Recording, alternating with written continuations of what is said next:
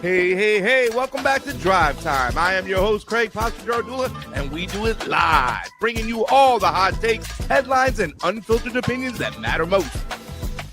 Whether you're stuck in traffic, cruising to work, or just chilling at home, we want to hear from you. Today's topics are all about the big stories making waves, but we're not just here to talk at you. We want to hear your thoughts, your experiences, and your take on everything from the latest political debates to the everyday challenges we face. Remember, whether you're on the left, the right, or somewhere in between, we welcome all points of view. So grab that hands-free device, dial us up, and let's dive into the conversation. What's on your mind? It's Drive Time. Call in now. All right. Drive time. Your time, right? You want to throw your opinion out there? You got something to say? Doesn't make a difference where you stand or sit on the political spectrum. Left, right, somewhere in between, off the map, off the grid, hard in it, doesn't make a difference. We speak to everybody on this show, right? And this is, welcome to Drive Time, guys. This is our first week of our soft opening. That's what we used to call in the restaurant business. I got to see somebody last night. It was pretty fucking awesome. For all of you who don't know, I'm back here in Highland Beach, Boca Raton, taking care of my mother. But this is the city in which I grew up in. I moved from New York, 1979, when I was 7 years old. Before I was my 7th birthday, I moved to sunny South Florida in Boca Raton. I lived on the outer skirts. There's like 3 poor towns in Boca.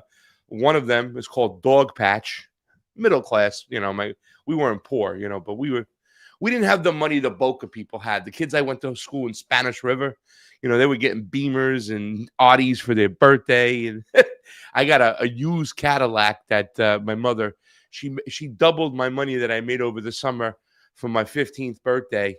The summer of my 15th birthday, after my 15th birthday, she doubled the money, and I only had a learner's permit, and she helped me get a Cadillac, an old school Cadillac, had like 80,000 miles.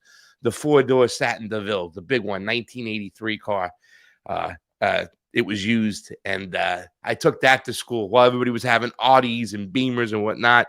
But, you know, as I got a little bit older and started venturing on out, hitting to the clubs, South Florida was a lot like New York.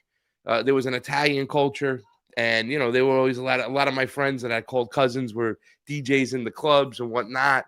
But there was one guy, his name was Stevie D, right? Stevie D'Angelo. And, man, he was just a great guy. He was a DJ. A pizza maker, man. He was one of the best pizza makers in Boca. But he's also one of those guys. He actually had a pirate radio station. He ran out of a house, and he gave me a show at 2 a.m. in the morning called the Pasta Show. It was a ska show, and, you know, I threw the name Pasta in there. I ended up becoming all hip hop. I enjoyed my time in ska and going to a lot of shows and whatnot. But Stevie D, he was one of those guys who helped give me my voice. I can count on one hand the mentors I had and the people I grew up around that really made an impact on me, that really gave me the guts to get out to California and, try to do what I do. And now somehow I ended up back here. But I got to see him for the first time last night. I sent him the link. So, Stevie, if you're out there fishing, I love you, bro. Thank you for helping me find my voice. Now I'll set you straight on politics and get you up to date. I told him one time he's got to come on, but I got to see him last night. It was great to see him. I also got to see my friend Poi. Asian girl I worked with in the sushi restaurants back in the days. She battled cancer and sickness for so long. When I was in California, I was sending her, I was sharing her Give, Send, Goes. Isn't it crazy that we have to have Give, Send, Goes and GoFundMe's for our health issues?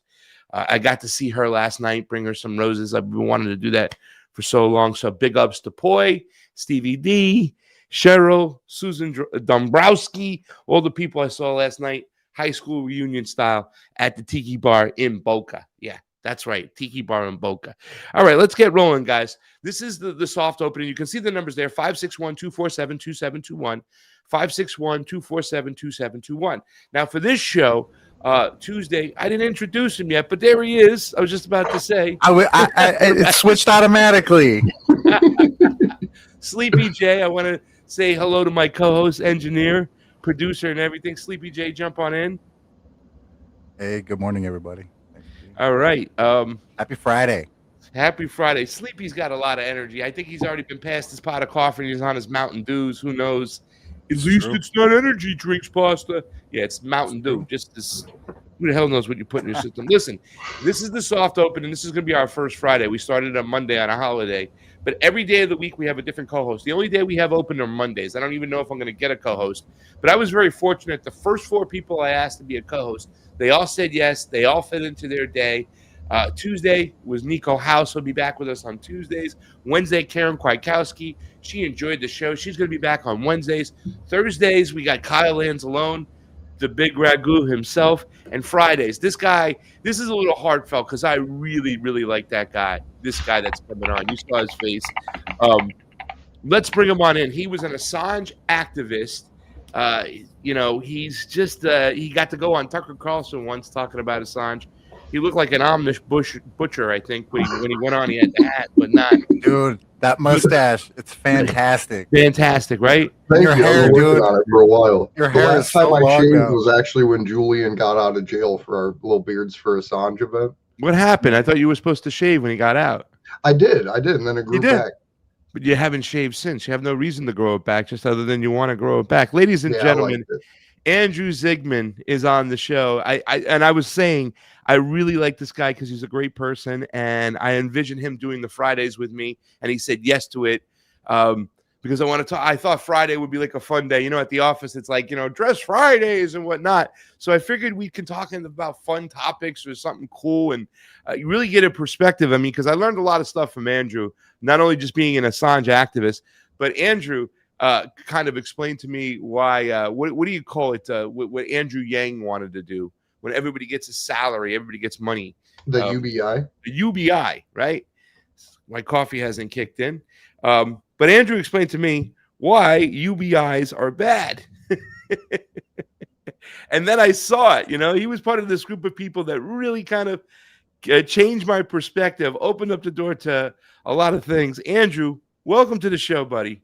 I'm so glad to be here, man. I'm so grateful you asked me to do this. This is awesome. Dude, it's my pleasure.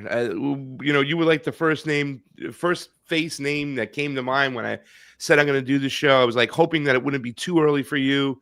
I know you're a father. You always take care of your child, and that's been a crazy story in itself. I think you guys just made the newspaper, which is kind of cool. But why don't we do this? Why don't we start this show off on Friday with you telling us a little bit about yourself? Now, if the phone line rings, you got to stop your story and we jump to the phone lines. Yeah. At this show, Drive Time in the Morning, we take care of you right away. So when you call, if you're Billy Entermans, if you're Fred Edward, if you're Miguel Santiago, yesterday we got a surprise call from Keaton Weiss from Due Dissonance. I didn't tell him to call in. He just called in. He found the show. That was pretty cool.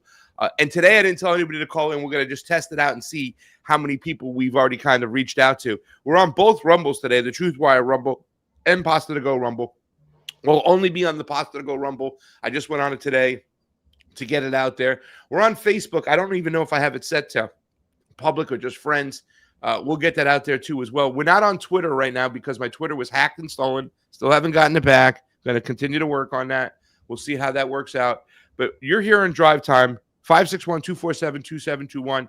561-247-2721. Andrew Ziegman, he's going to be our Friday guy. Andrew, tell us a little bit about yourself. So I guess a good starting point would be I was a big Bernie Sanders supporter back in 2016. You don't want to tell us when you got casted for Lord of the Rings? That's not that part comes separate. That comes later. Okay, good. That's my wizard arc, Yeah. Everybody starts with I was a burner, and that's when everything, like, that's my third act of my life. Like, it's so different than everything else. Please continue. Tell us where and when you were a burner and how. Yeah, so back then I was married. I had a 1-year-old and a newborn.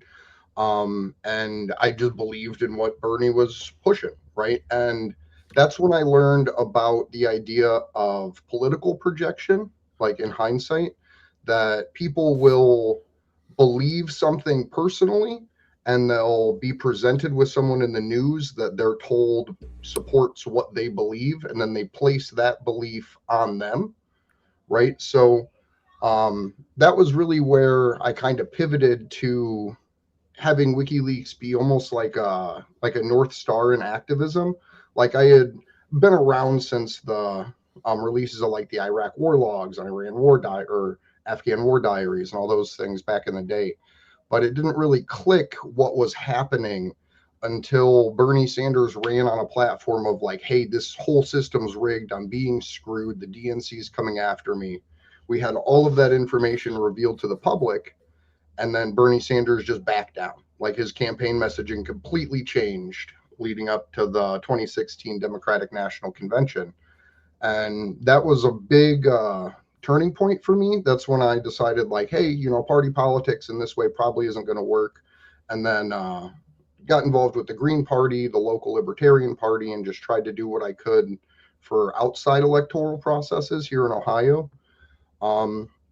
One thing led to another in that I fought some pipelines in the meantime. And then 2019, Julian got arrested out of the Ecuadorian embassy. And then that's kind of where our storylines came together with organizing around, here in the country and getting people around the world to organize. And then, I don't know, one thing led to another, and now we're here.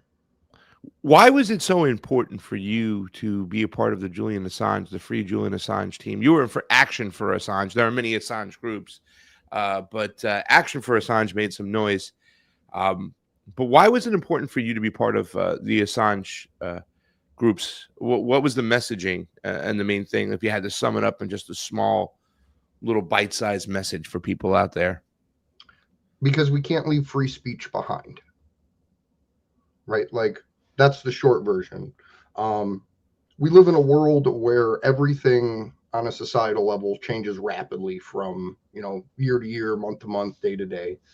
And back in 2019, we were entering the peak of like the woke era before it was even called that. And free speech was getting like literally demonized. Like if you went to a college campus and talked to someone about free speech, that word literally just meant you wanted to say racist shit on the internet. And people had forgotten that institutional power exists and that people needed to be able to communicate freely with one another to be able to continue to fight on whatever social issues or political issues they cared about. So for me, that's why the Julian Assange issue was so important. On top of the, war crimes he revealed and all of the massive implications, it's literally, I looked at a world that thought free speech was, antiquated. And to me, that couldn't be further from the truth.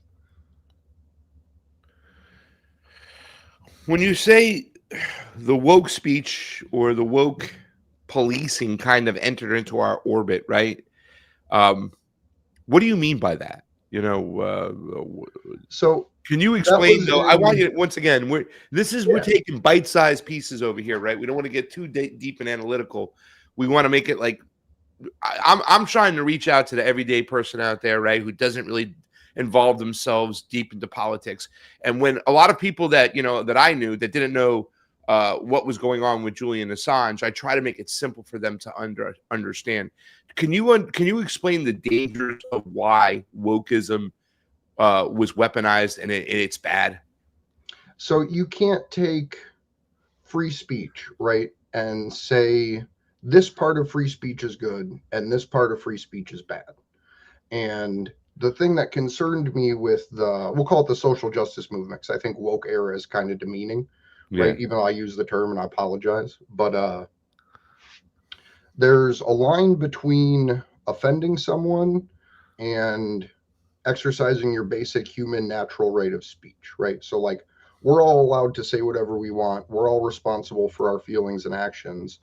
And there was this kind of like convergence that we see happening now with the whole anti-Semitism thing, where they were trying to make laws about hate speech for talking bad about this certain group or that certain group. And while I think it is important to protect and uplift marginalized people, I think it's more important to recognize that every person is an individual with these base fundamental rights that we all share. Yeah. And so not you, but if institutionally, right, I can be charged with a crime for saying something, that's just a matter of time until, you're not allowed to say something that's not approved. Just like we have right now with the Israeli lobby, the anti-Semitism bills that have passed all across the country that say, hey, you can't insult a government. Like that is, to me, one of the, again, a major free speech issue. And that's why I don't like calling it the woke era, because we're not out of it, right? We're still dealing with the repercussions of But it's from a different party now. It's from a different ideology. And I wanted you to kind of go into that because obviously the left, right? I would actually say it's the same ideology. It just has most of its masks pulled off, right? Because the whole idea is protecting institutional power. And that is why you can't criticize Israel. That's why you can't criticize the Zionist government.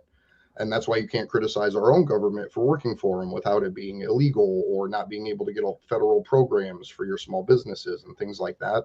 So I think it's the same political powers, right? It's the same people in charge that just shifted from, hey, you can't say things about black and gay people to, hey, you know, no one believed all that, but you're still not allowed to criticize Israel. Yeah. And we're sailing here today, right, on YouTube. My major channel, the Truth Wire, which was the Convo Couch, we only changed it to the Truth Wire because we were trying to dance around the demonetization, get back into the game. They still haven't monetized us. We've been demonetized for quite some times. And these are the dangers, right? Like this is the dangers of the whole thing is like, and people thought with the Twitter files when they were showing a bunch of screenshots, no longer was it okay to, like, you had to go get source material. Matt Taibbi just took the screenshots, and he wasn't the only journalist, but they made it look like it was Republicans or conservatives getting censored when really it was anti-establishment people like myself, you know, because obviously not on that side, not on the conservative side. How do you see the way it's kind of worked out? Because right now we're flying blind. We don't know how they promote their algorithms, how they censor people, whatnot. We just know that some people can say certain things, but others can't. Yeah. So like Elon's, you know, free speech is legal speech is the direct opposite of what free speech is, right? Yeah. To where if legal speech is the antithesis of free speech, the direct opposite, like, and that's part of the thing that bothers me, right? So like Twitter, everyone's like, oh, he saved free speech. He saved free. No, he just saved like right-wing media. Like at the end of the day, like he saved like Rebel News and things like that. And the thing that makes, like, I know this isn't a direct answer to that question, but back when Elon was buying Twitter was when Julian Assange was in prison, right? And the whole world was talking about Elon saved free speech. Elon saved free speech. While there's thousands of us around the world fighting to get the guy who actually wanted to save free speech out of prison because he had free speech, right?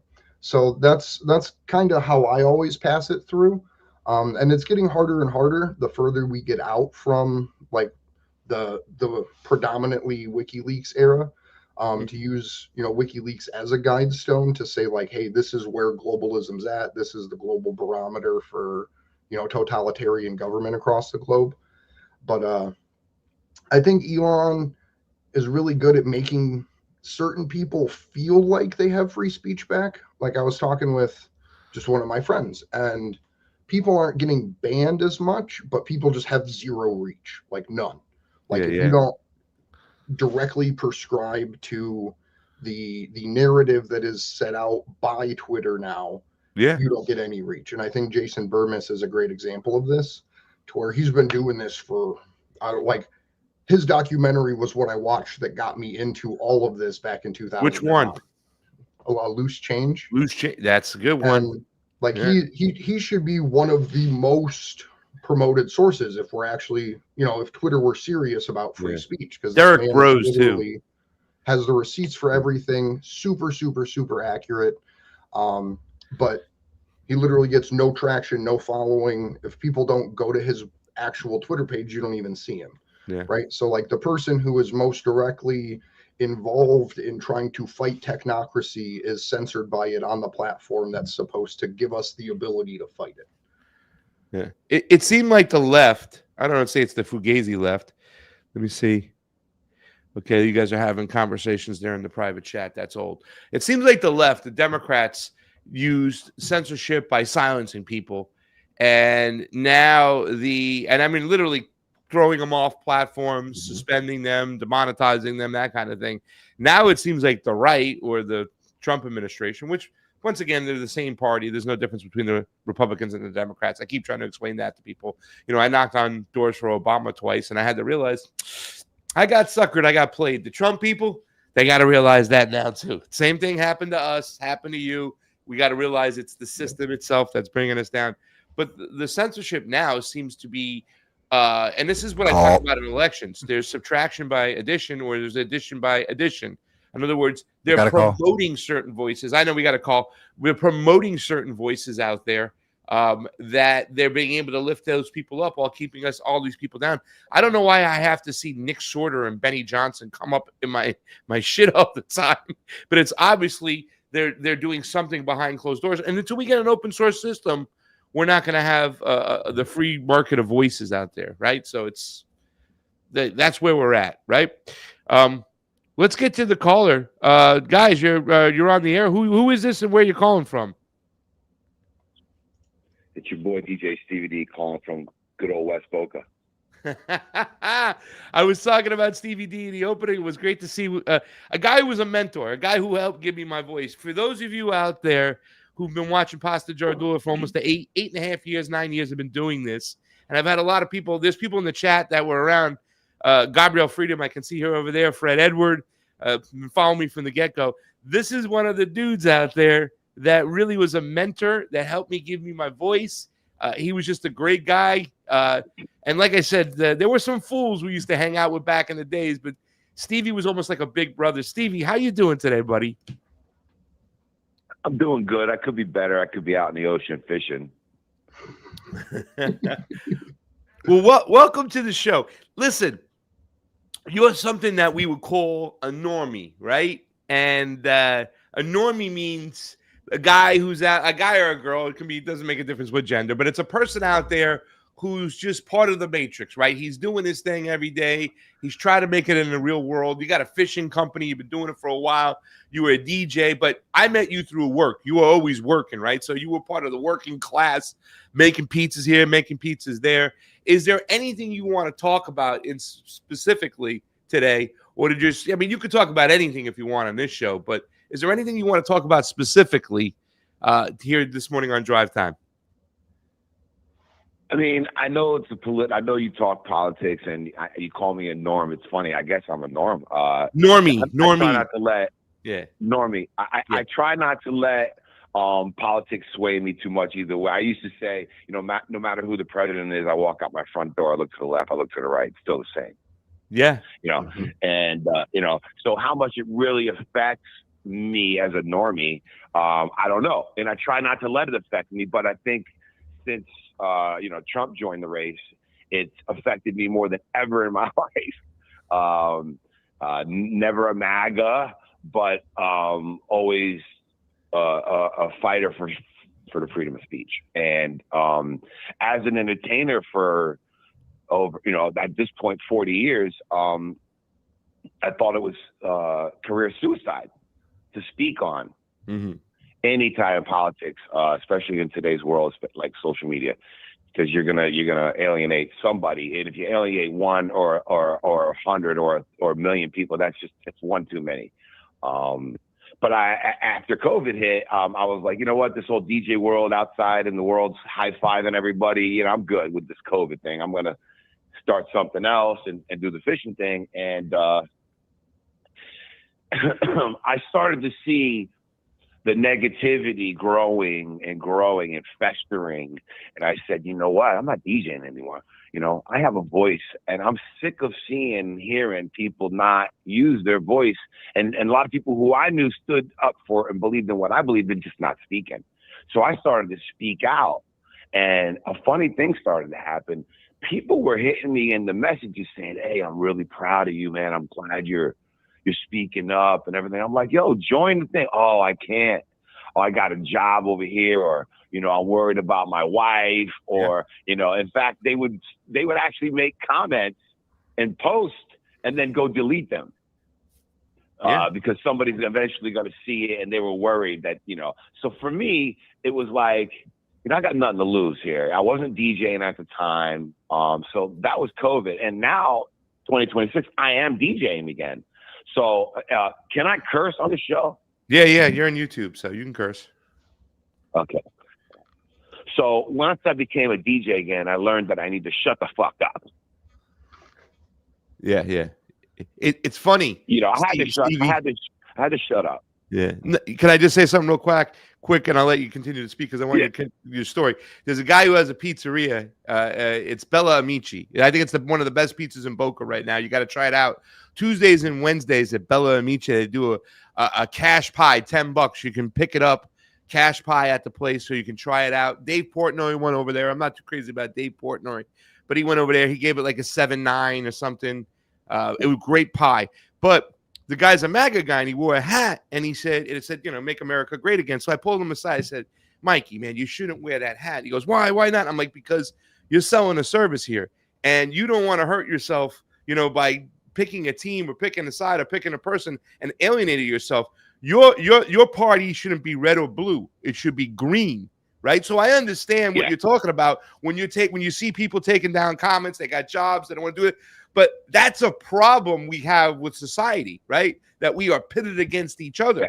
And I encourage people to talk about politics because there's an old saying, if you don't do politics, politics will do you. This is about how we live, the taxes we pay, where they go, whatnot. And right now the game it's like I talked to you about last night, is that we got to realize that we've both been played in this team sports mentality, red or blue, and we got to come together on common issues and let the ruling class know that we're in charge and not them.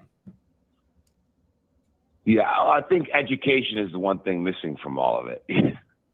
I don't think a lot of people are really educated, so they speak off of a meme they just saw. Oh, I just saw a meme. It must be true.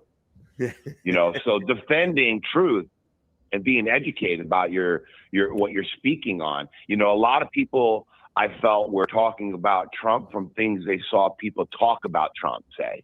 They never were watching Trump and said, oh, I saw him say that, so I'm going to repeat it. And vice versa. It's like, blind eye to our party while the other party's the bad guy. It's like, listen, they're all bad, and I told you last night, but I'll say it for the air. Back when Bill Clinton was running for president way back then, was going to be the first time I was going to decide to vote. So when I saw him on Arsenio Hall with the black hat, black sunglasses, and the saxophone, I was in my 20s. I said, oh, this dude's going to appeal to the kids. I'm going to get into voting. I think I'm going to start voting. And I looked at the field of candidates, and I saw Ross Perot on there. Yeah. And I said, who's this guy, Ross Perot? He's a businessman. I said, well, America needs good business. Let's be a good country of good business. Bill Clinton, I don't know. He was a senator, a governor or something. Didn't really see where he was going with it. So I said, you know what? Ross Perot. I voted for Ross Perot. Of course, he didn't win, right? But I didn't run around for 4 years or 8 years with Clinton and go, Clinton's an asshole because my guy lost. And that's how I felt. Like when Trump became president, everyone's like, oh, Hillary lost. Trump's an asshole for it now. And it's like you're going to be a sobbing piece of shit online for 4 or 8 years. Oh, my team lost. How about this? Why don't you vote for the winning team? So you're not on here fucking bitching for the rest of your life about how your life sucks now. That's never been me. I don't let politics decide. Like I said, walk out the front door, look left, look right. Everything's fine. Yeah. Everything's still fine. Things could be a whole lot worse. We could be in fucking Iraq right now. Our country doesn't look like that. A lot of people are uneducated. So I don't know. My thing was, as a DJ, I have a voice. And when it came to the politics, I said, I'm going to fucking use it. Yeah.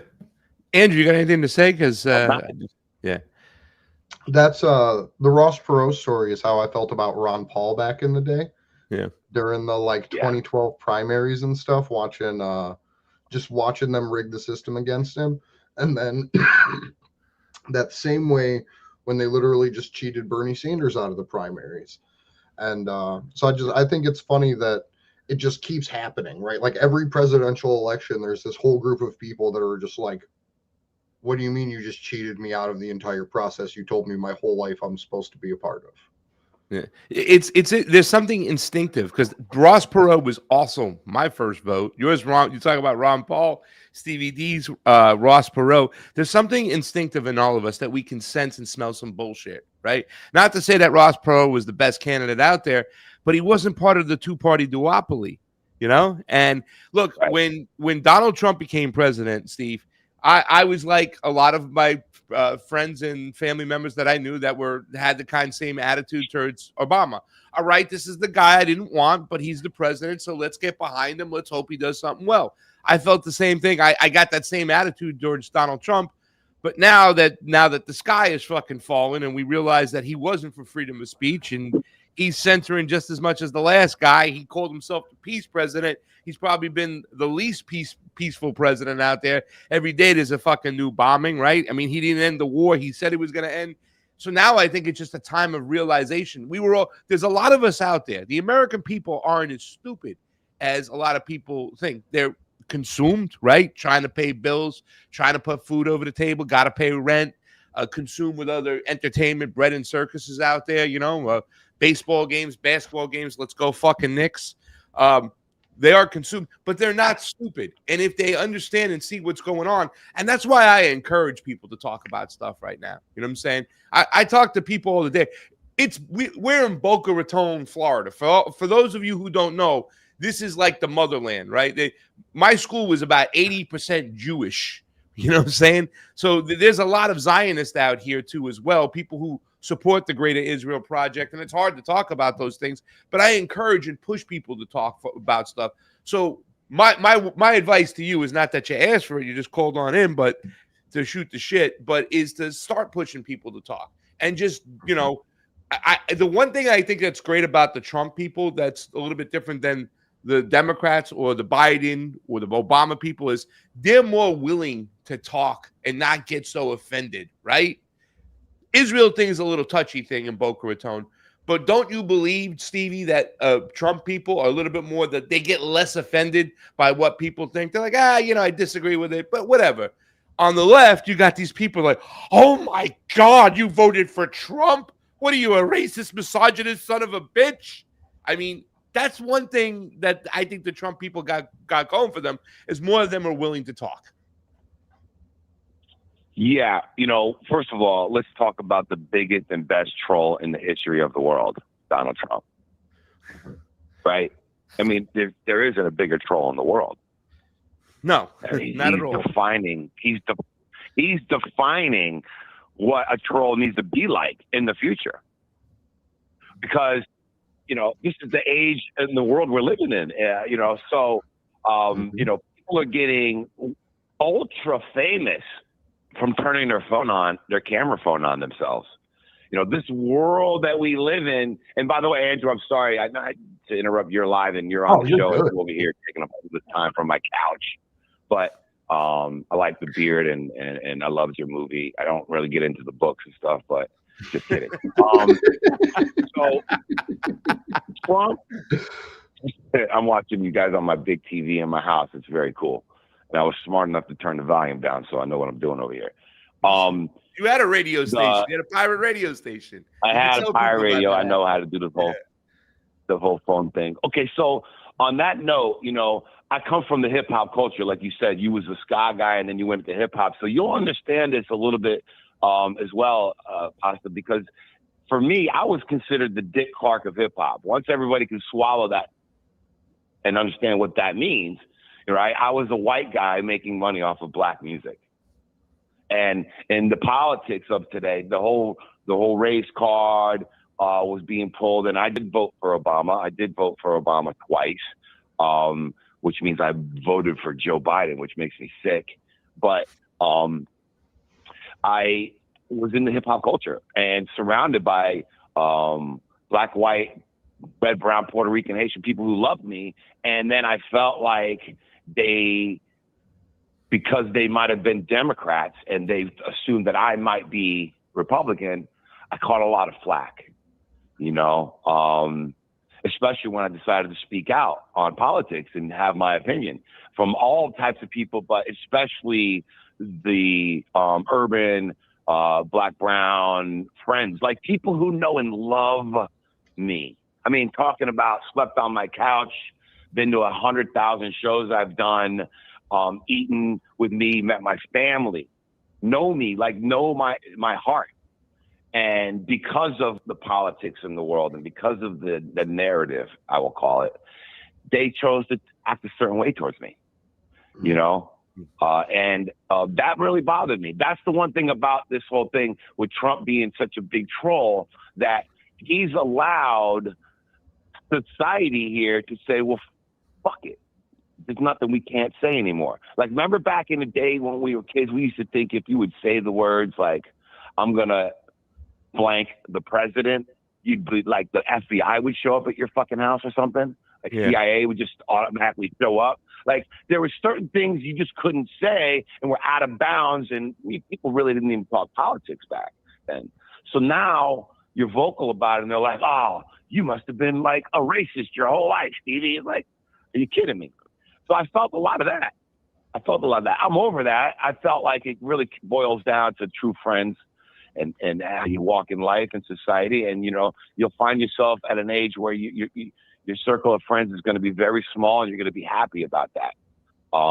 You know, in this world, in the entertainment industry, there's a lot of fake, you know, in a lot of different ways. So for me, that part of the politics was hard as a normie.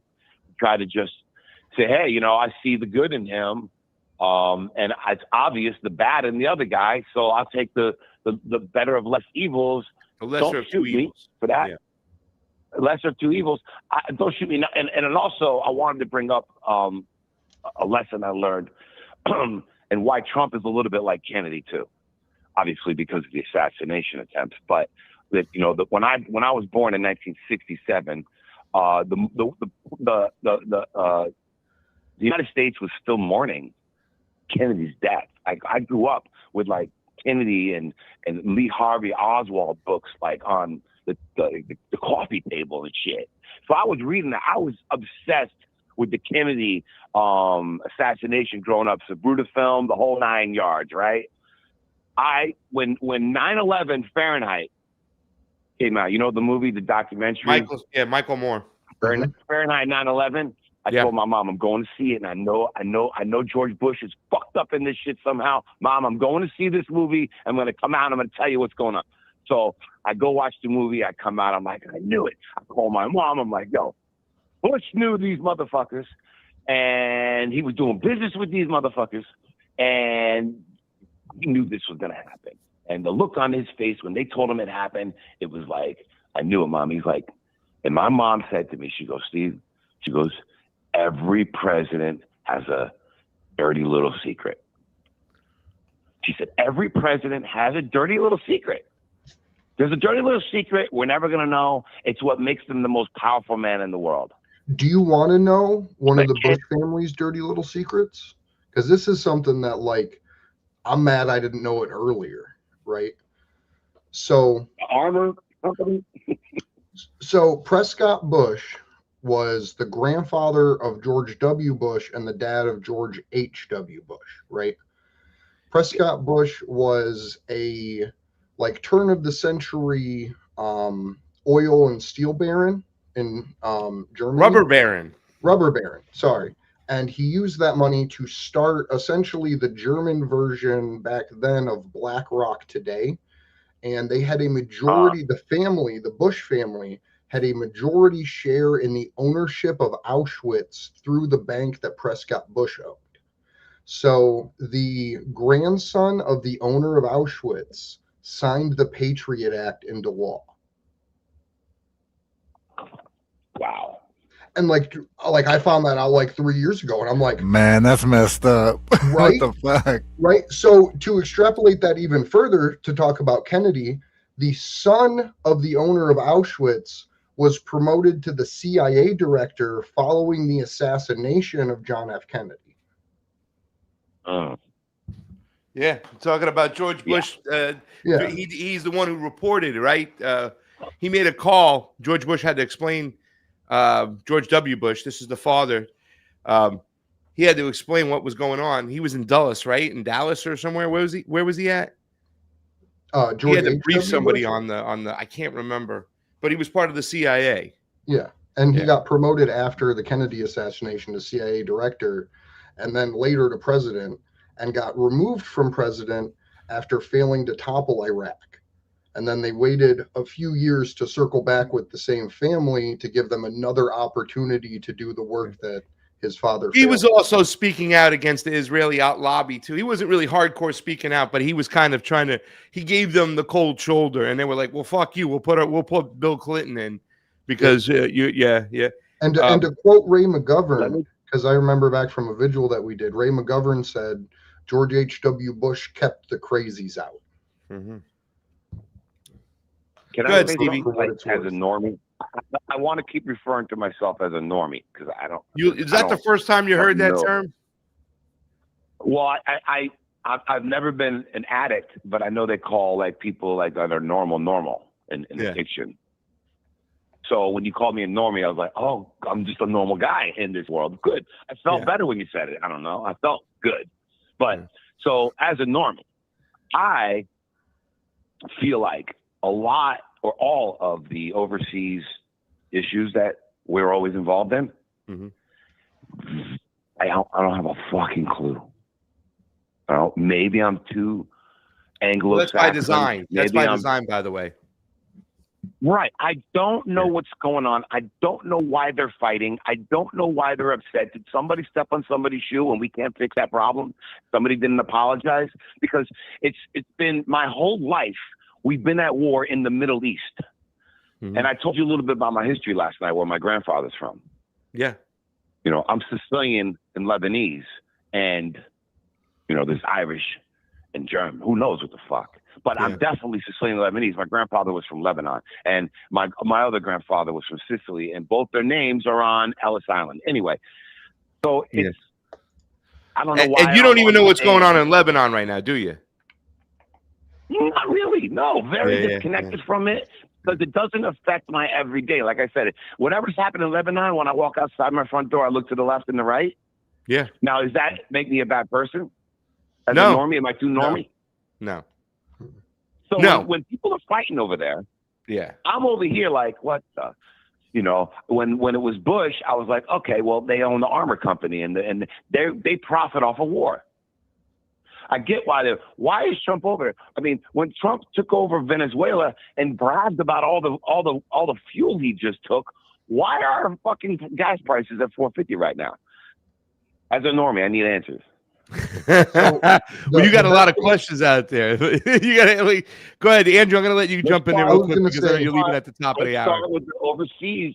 I mean, I know this is going to take 100 years because it's a biblical issue, probably, and stolen land and whatever land, right? Everybody's fighting over land.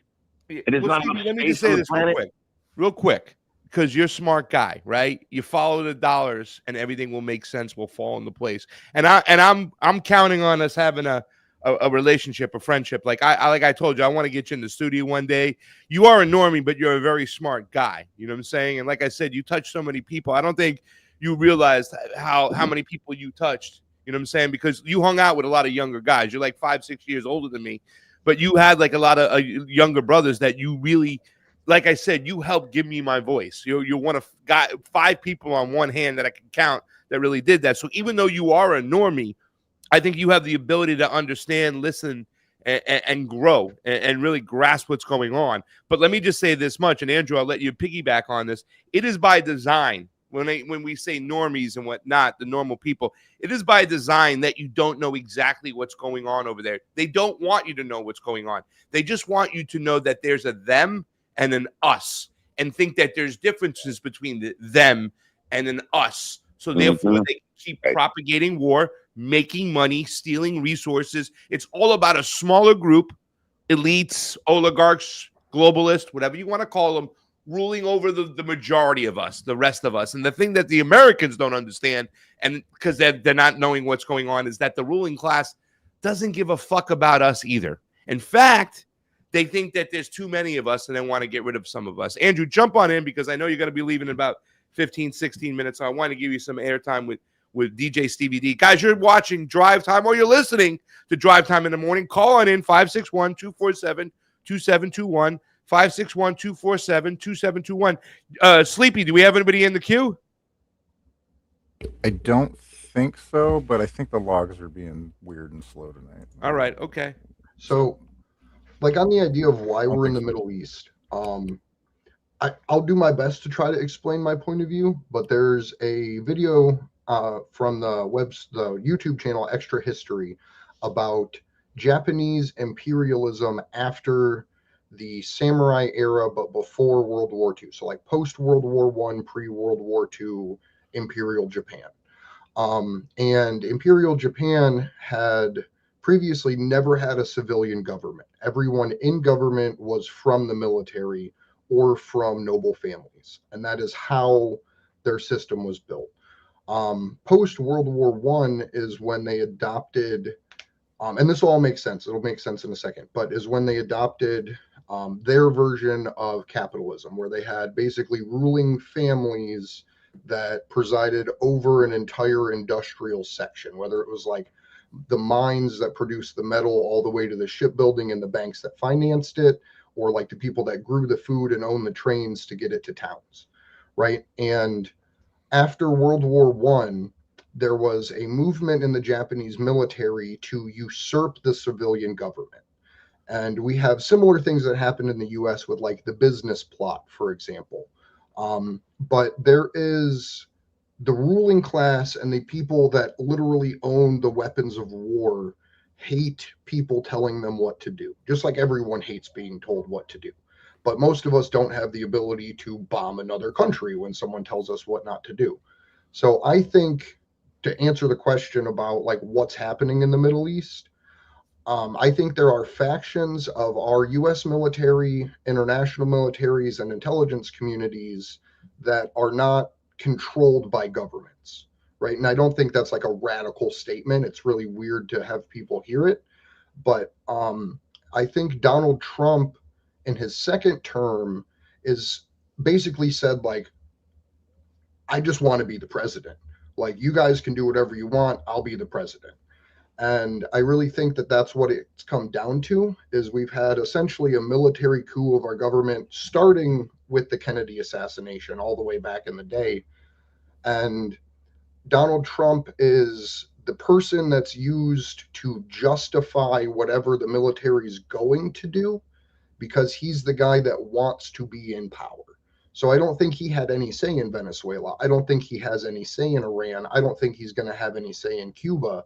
I think he is not told what to do, but just follows the lead of these military and intelligence factions that have stepped outside of the control of the civilian government. And their goal, at least in my opinion, with instituting AI and CBDC, is to essentially remove civilian government and have it be ruled by the military and big tech. And when he says CBDC, he's talking about central bank digital currencies, where they want to eliminate paper money, and they want to make sure that there's a way for the ruling class to turn off or turn on the money if you misbehave, right? Yeah. This is And kind of like our the society we're military moving is just out of control. Yeah. And they needed someone, which is why they brought Donald Trump back in, who would just let them do whatever they wanted without question. Can I say something to Andrew, to Steve? Yeah. And correct me if I'm wrong, and listen to this, Stevie. Donald Trump is not one of the most powerful men in the United States. Neither was Bill Clinton. Neither was Barack Obama. Those guys, all three of those guys I just mentioned, and every single president before him, up maybe to the point of RFK, they work for the most powerful men in the planet. They don't really make the decisions. The decisions are made for them. They're there to dupe the people. Obama was there to dupe the people. Trump is here to dupe the people. And that's why I say we got to realize we've been duped on both sides. And when we can get our issues to the table, right, then we can talk about things. And here's something, too, to think about. You might not know what the fuck is going on overseas in the Middle East or whatnot, but you're paying for it.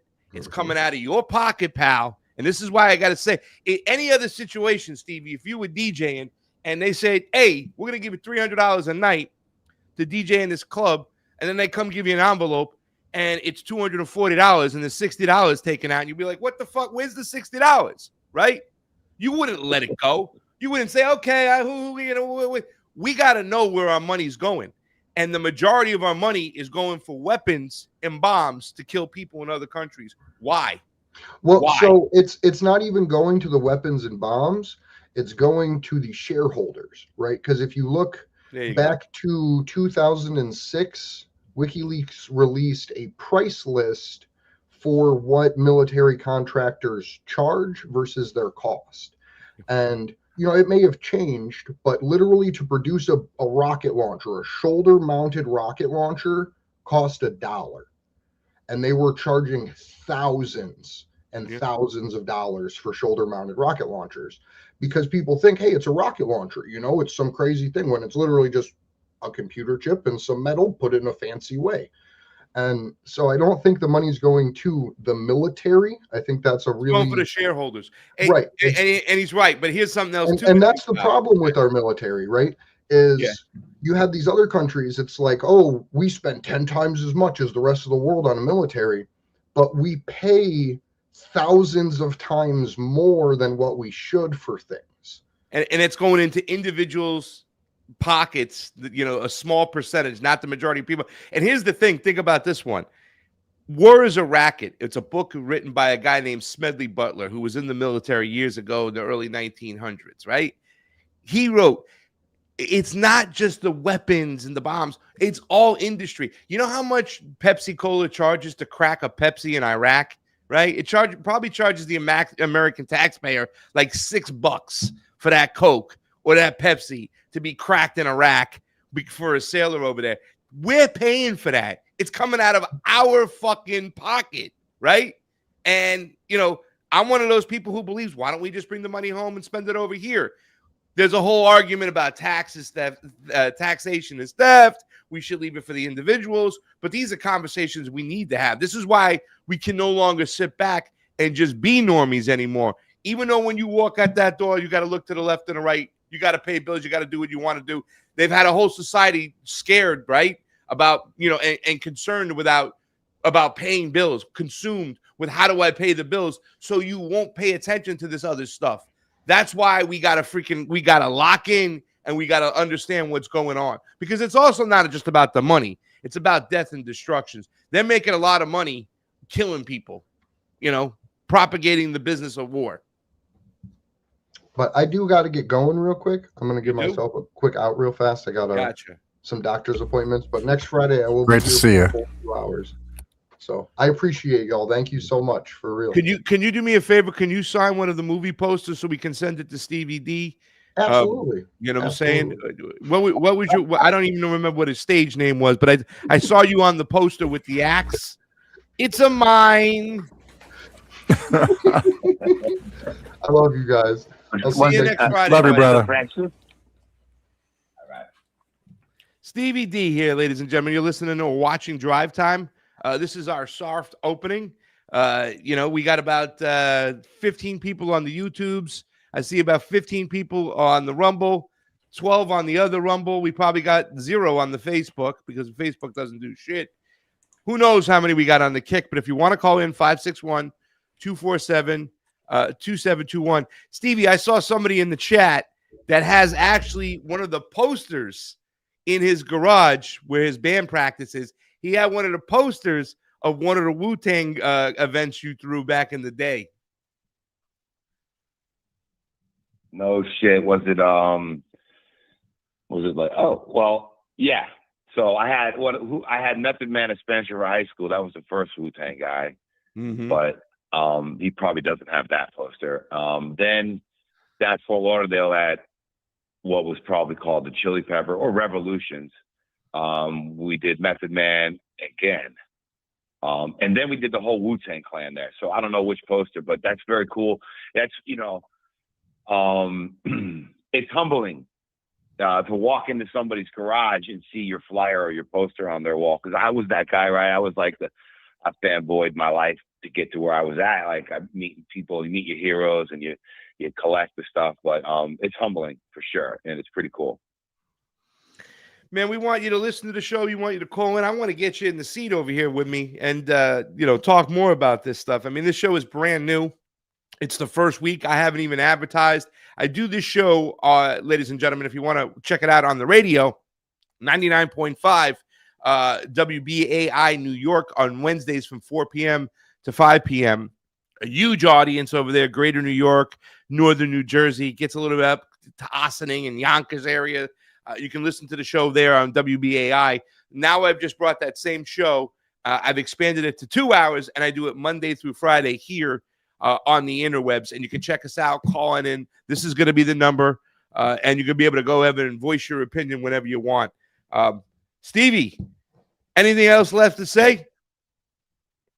I mean, I think this is a good place to stop right here because we can kind of build it. There's so many things I could talk about. 9/11, right? Who was behind that? I did a show called Surrounded, and they put one guy in the middle and 20 people around them, and the 20 people around them oppose what they're saying. And this one guy says, I think 9/11 wasn't an inside job. I don't think it was a conspiracy. I think Al-Qaeda did it themselves. And I kind of jumped on him to say, nah, it was a governmental job. And I got like 5 minutes of the 20 minutes. I got a big chunk of it. I'll send it to you. But 9/11, there's also a movie called Loose Change. I'll send that to you too with Jason Burmis, because here's something else interesting. And this is where you'll really dig this shit, Steve. The conspiracy theory has kind of moved into the mainstream with the Jeffrey Epstein situation. In other words, it wasn't cool to talk about conspiracy theories until the whole Jeffrey Epstein situation started coming to the forefront. Now people are talking about conspiracy theories. They're talking about 9/11. Was it an inside job? Was it an outside job? So now that shit is pretty cool with my job that we can talk about those things. It is. I like the show. I'll be back. Can't wait to get into that seat with you and talk anything you want to talk about. I'm down. Definitely, brother. We love you. I love you. I appreciate you. Guys, it's really cool to have one of my mentors, a guy who helped give me my voice. Stevie D, the DJ himself, is here. You want to tell anybody where you're at, what you're doing, where you're going to be spinning? Maybe anybody in Florida, they can come out and see you. Well, yeah, man, I'm going to just throw out the links. I'm on Instagram, DJ Stevie D, the number 2. And I'm also on TikTok, DJ Stevie D, as well as YouTube, Florida Fishing Friends. That's my fishing channel. And I'm DJ Stevie D on YouTube. And also SoundCloud, Mixcloud. You can Google me, DJ Stevie D, the Dick Clark of hip hop, the Dick Clark of hip hop. And that's who I be. All right, I just followed you on Instagram because I wasn't following you. I was following you on Facebook, and now I'm sharing his Instagram link in the chat, guys. You can go out, check out DJ Stevie D. He told me something amazing. I want to talk to you about it with you more with your birthday next year. I want to be a part of that and see if I can help promote. I don't want to spill the beans. I'm going to let you introduce that, but let's talk more about that next time we get together, brother. All right, I'm in. Peace. Love you, DJ. Stevie D, ladies and gentlemen, on the ones and twos, the Technique 1200s. That's my man over there. Look at the crowd is growing. Some of you knuckleheads are waking up. It's almost 9 o'clock. We got about an hour left. I see Indy in the chat. I see Gabrielle Freedom in the chat. Love you both. Indy, get at me. We have to speak after. I should have spoke to you before. There he is. Who are these people? That's an Indy fucking line. I love that shit. Who are these people? He's like Oz. What? Who are you? Who's calling and where you calling from? Oh, we don't have one yet. Oh, it looked like a phone call there. It says a phone. No, I there. forgot to change it back. Come on, I can't pee in a bottle like an Amazon guy. Jesus Christ. Guys, we need somebody to call in 561-247-2721. 561-247-2721. I am your host, Craig Pasta Jardula. My co-host and engineer, the guy in the Technique 100s, the 1200s, the ones and twos, Sleepy J. That's kind of funny because I told Stevie D, because Stevie D had the Technique 1200s back at home. Yesterday, he was using they got the digital thing now, right? So it's a lot easier to use. But back in the days, they used to use Technique 1200s. And I was hip-hop. I went to ska, and I went back to hip-hop, and he was a big reason. I was in hip-hop. DJ Stevie Fun D. fact, I was a ska guy in my early teens. Yeah, I got a little ska. I got a little ska in me. I liked it, you know what I'm saying? But I went back to hip-hop. Hip-hop was where it's at, you know what I'm saying? I like everything. No watchers on Facebook Mostly. yet. It's kind of I gotta get back in the Facebook game. Guys, but if you're on the YouTube, please share the link. I see you guys sharing the link right now. We're also on Rumble. Jesse said congrats. He's excited about the new show, and we'll dial in when he's not working. We did a new live episode of American Tradition last night. You know, I was talking, I need an intro, an outro. We need some music. And I immediately said, call Jesse Jet. Jesse Jet's another guy. Like, I loved having Andrew on because I think Andrew's just a great, awesome, beautiful person, right? I know people like, Pasta, you like a lot of white men. Jesse Jet's another one of those white men that I love, man. The white man. White. Love Jesse Jet. He's amazing. Just a fucking sweetheart, good-hearted guy. Sings from the heart. So I can't wait for him to eventually get out there. You know what I'm saying? And get on the show and do anything we have over here. My friend Poi last night, it was great seeing her.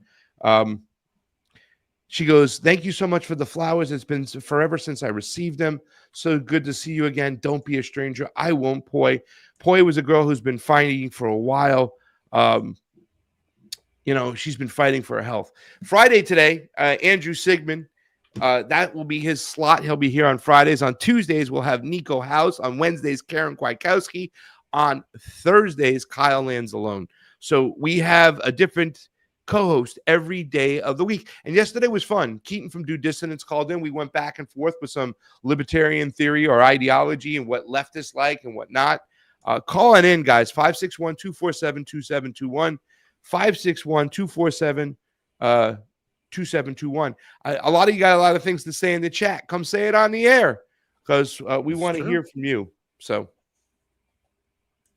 Sleepy, you were saying something? I said it's true. What's true? That we need some people to call in. Come on. All right. So I'm going to play a video since we got a chance, and we're going to talk about this. And I'm going to get myself in a little trouble because I'm going to beat back a little bit or push back a little bit against the guy who I consider to be a friend. Nick Cruz, right? There he is. Let's watch this video. We'll kind of get into it after, and we'll talk about it. He says right here, Delcy Rodriguez betrayal. Delcy Rodriguez opens up oil markets, allows U.S. military drills, and even gave up Alex Saab to Trump. Now Trump is telling federal prosecutors to stop investigations into Delcy Rodriguez. Disgusting betrayal. Let's listen to this with Nick Cruz. I love the dude. But I don't know if he's right on this one. Take a listen. The Trump administration has instructed federal prosecutors to avoid criminal investigations of Venezuela's now acting president, Delcy Rodriguez. More evidence that she betrayed Nicolas Maduro in the Bolivarian Revolution. After the kidnapping of Nicolas Maduro and the fall of Venezuela, there was a lot of suspicion that he was betrayed by one of his closest allies. Maduro was kidnapped without his country firing a single shot. Why didn't Venezuela use any of the anti-airs that Russia sent them before this operation? Since then, it became even more obvious that Delcy Rodriguez betrayed Maduro as she reached an agreement with the Trump administration to open up Venezuelan oil markets to American companies.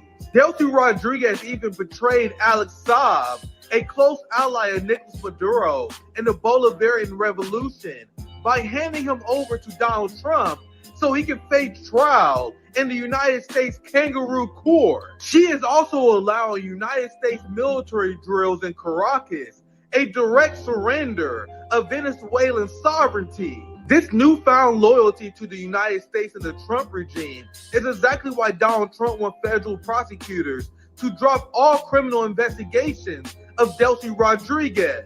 Venezuela is now a U.S. puppet state. The Bolivarian Revolution is dead, and the peace movement in the United States has completely failed the Venezuelan people. Okay. And I just want to kind of share this one over here instead. This is, put that one up right there. The last one. Hey, you're live. Who's calling? Oh, we have a caller. Hold on. Let me take it down. Who is it? It's Bob of Atlantis. Who? Bob of Atlantis from the chat, from the Rumble chat. Hey, what's going on? Where are you calling from, by the way? What city? Well, Atlantis, you know. No, Atlantis? I'm out in the woods. I'm out in the woods in Tennessee. Ah, nice, man. Let me go see what. All right. But I wanted to call in and I wanted to call in and say thanks for putting a show up in this time slot. This is a time slot I had empty. You know, I wake up, I drink my coffee, and I just had nothing to watch, nothing to listen to. You know, I love.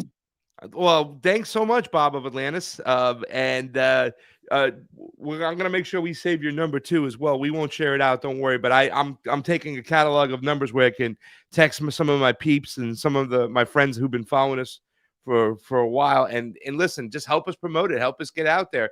I used to do the morning show, AM Wake Up with Steve. We started that together, but that doesn't go on till 10 a.m. And I was like, what are all my peeps listening to in the morning from 8 to 10? I need to fill that void. So you calling in, Bob of Atlantis, and saying thanks for doing the show is exactly why I did the show. Is there anything you want to talk about in specific? No. Well, you know, I mean, I agree with you on most everything. A week or two ago, you were yelling at me about. I'm one of these free speech guys that I think you would say takes it a little bit too far. Mm-hmm. But you know, it's just, for me, it's just words. I just don't like to self-censor, you know. Maybe it's a little autism or whatever. I just kind of say what's on my mind. And you know, did I say something? Did I push back against you or something, or did I say something stupid? Yeah. No, what did I say? No. You have maybe the majority opinion. Okay, so all right. So it's like the word Zionist, right? You use the word Zionist a lot, and for the most part, you're right. I'm one of these like oddballs who will say the unapproved word in that regard, and you know, but for the most part, I think you're right. I just sort of okay. So here's what it is, right? So take the Westboro Baptist Church, okay? You and I, I'm sure, agree almost entirely on. You remember these guys? This like Christian community out west who would like protest funerals when gay service members came back. They were just this like terrible group of so-called Christians, right? Yeah. They're nutbags, man. Right. I think you and I would agree on them for the most part. But remember that I don't know if you remember, there was this one woman who left the church when she came of age and was doing the rounds. She was on Joe Rogan and probably like Tucker Carlson and whatnot.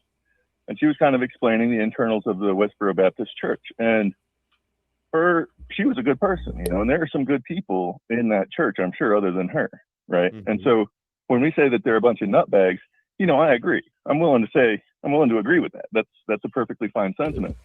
I had a friend who was in a very close offshoot group to them, man. They're a little nutty, man. That's all I'm going to say. But yeah. I had some firsthand knowledge of that, or secondhand from a firsthand. And criticizing them and grouping them all together, I think, is a reasonable thing to do. And I just sort of, for me, when we're talking about Jews, I just sort of like do the same thing to them. You know, I know they're like, I love Keaton. Keaton's smart. Glenn Greenwald, I almost never disagree with anything Glenn Greenwald says. Mm-hmm. But I just use that word. It's fun. I don't know. Are you all right? This is great. Are we talking about the conflation between Zionists and Jews? And me always saying you got to say Zionist and not say Jew, because I can say like, when you say Zionist, is that what we're talking about? Yeah, exactly. So, is it because when you take the book, you can make a comparison. You can kind of tie the two Zionists and Jews together when you look at the Talmud itself, right? And you see some of the stuff that's written in there. You can say, well, they're one and the same, Zionist and Jews, right? Because there's a lot of overlap. There is overlap, right? However, the way I look at it is look at the book. I talk mostly about the Bible because I was raised Catholic, and you know, being growing up as a Christian, whatnot. I can say that, well, yeah, but it's one's interpretation of that book. There's some crazy fucking shit in the Bible, right? Like living inside the belly for a couple days, a global fucking flood where there was zookeepers that worked for Noah and put all lions and tigers and bears and made them behave properly in a boat, fucking talking, right? All this shit going on. Not only the Old Testament shit where you can stone a neighbor who worked on the Sabbath and all that bullshit. However, I understand that if you leave a lot of that stuff behind and you modernize what's going on and take the good things from the Bible, and once again, I believe it's all allegory, right? I don't believe any of the fucking Abrahamic religion or any religion whatsoever should be used by lawmakers to fucking govern. Keep your goddamn fucking religion out of the politics. That's the way it goes. That's the way I feel. If it's good for you, good for you. Go ahead. You have freedom of religion, freedom of speech. Go ahead and praise. But if we're going to allow, and mainly the argument is coming to right now with all these people, these conservatives, these populist right peoples, these Aunt Candace Owens, Nick Fuentes, Dan Bilzerian, they're all Christians, right? They're all pro-Christians, right. And they're going to act like somehow their religion doesn't have the dog shit and the bullshit about it, but the Talmud and the Jews do. You know what I'm saying? There's a lot of people. No, that's for sure. That's true. I hand it right to you, baby. That's true, and there's a lot of room to.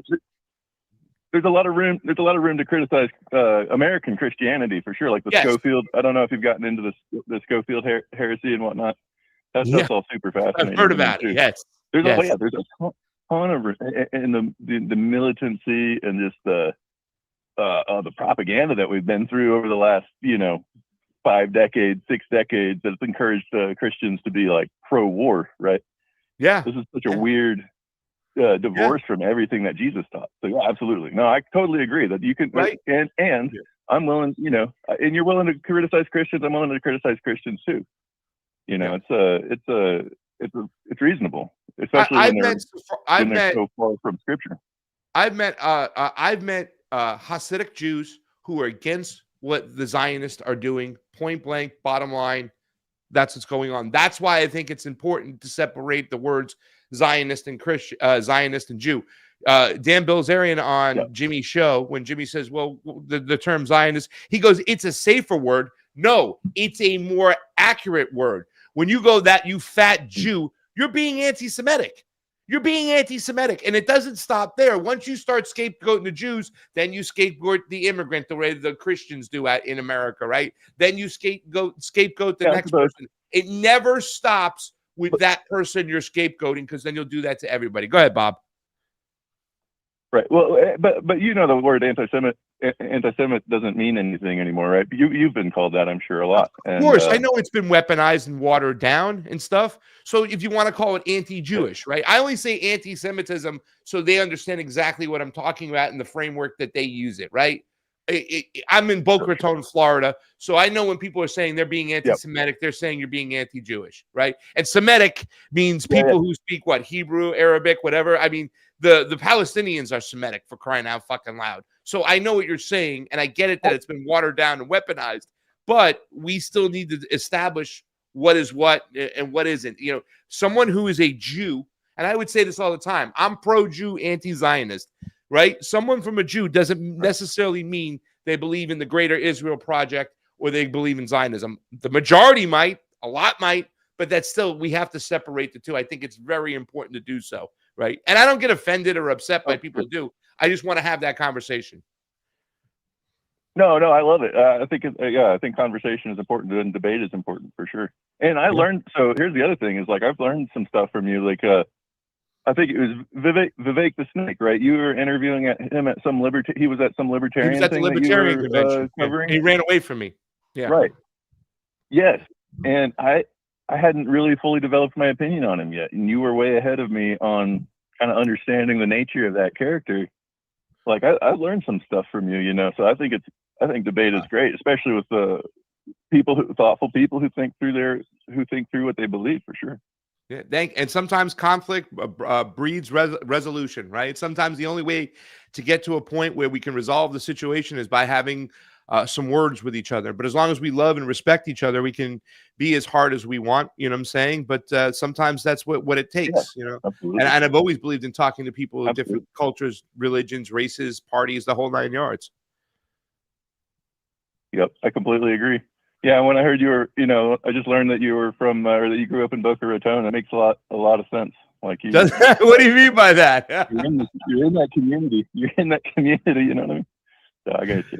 Dude, it's like little Zion over here, dude. When I first started, when I was on Jimmy Dore's show and October 7th happened, right? I had done like one show before that. So my second show on my own, Jimmy was going on a big tour. Here I am handed this show, this platform with all these people, and October 7th happens. I'm like, well, fuck it. It's a historic time. I better make the best of it. And I knew, I'm like, there's going to be some people back home in Boca Raton who are going to befriend me, who are going to, unfollow me on all my platforms. And sure enough, there's a lot of people who are pissed off at me. They call me anti-Semitic. They don't follow me. I mean, there are people in this building who've watched my show that don't follow me anymore. That's why I hope my neighbors where I'm at now, I'm like, I hope they don't watch my shit because they're going to be mad at me because I live in Boca Raton, Florida, man. It's like, fuck.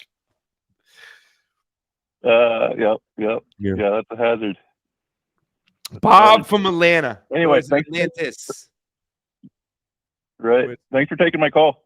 Hey, Bob, Thanks thank you calling. so much for calling in. Promote the show. We're here for you. That was Bob from Atlantis. You see him in the Rumble chat. Go ahead and say hi to him. Bob, thanks for calling on in, man. I love it, man. I love it. I fucking love it. We're building new customers, new peeps, new friends, part of the community, whatever you want to fucking call them, right? I don't think they're customers. I'm more they're like followers and friends. Let's build our community. Let's build the community. Let me 86 that. Nobody's no customer, right? I'm just saying that kind of building a product and content and having people come, right? Whatever. We're building a fucking community. Let's do it over here. Calling in 561-247-2721. 561-247-2721. I don't know, Josh. It's a very slippery slope, man. We got to be careful with this whole thing because it seems like a lot of these people like Myron Gaines, Nick Fuentes, Candace Owens, Dan Bilzerian, it's almost like they were planted because they justify Zionists saying you're being anti-Semitic. They almost use them as they weaponize them and use it as ammunition and say, see, that's why we have to push these anti-Semitic laws forward. We have to censor speech because look what people like them are doing. And there are people, and there was a guy who has a radio show or a platform or whatever. He was at the Capitol. He's like, hey, you Jew, you dirty Jew. He's yelling shit like that at somebody. I'm like, dude, how does this help us out whatsoever, man? This doesn't help us out. All right, we got another caller. Let's do it. Caller, where are you calling from? Who are you? Hey, it's Fred. I'm calling from Indiana. Fred from Indiana. From Indiana. What's up, Tomorrow buddy? I'm going to be from Narnia. Actually, it's Saturday. Yeah, I'll be from Narnia on tomorrow. You should. Good morning. Good morning. Good morning. I got to say, by definition, Palestinians are the Semites. They're Semitic people. So if you're bombing Palestinians, or you're bombing Lebanese, also Semites, that's anti-Semitic. I don't want to hear this stuff. You can't criticize Israel, the Zionist entity, illegal occupying Palestine. They haven't complied with one international law or treaty since their founding. They were supposed to set up borders.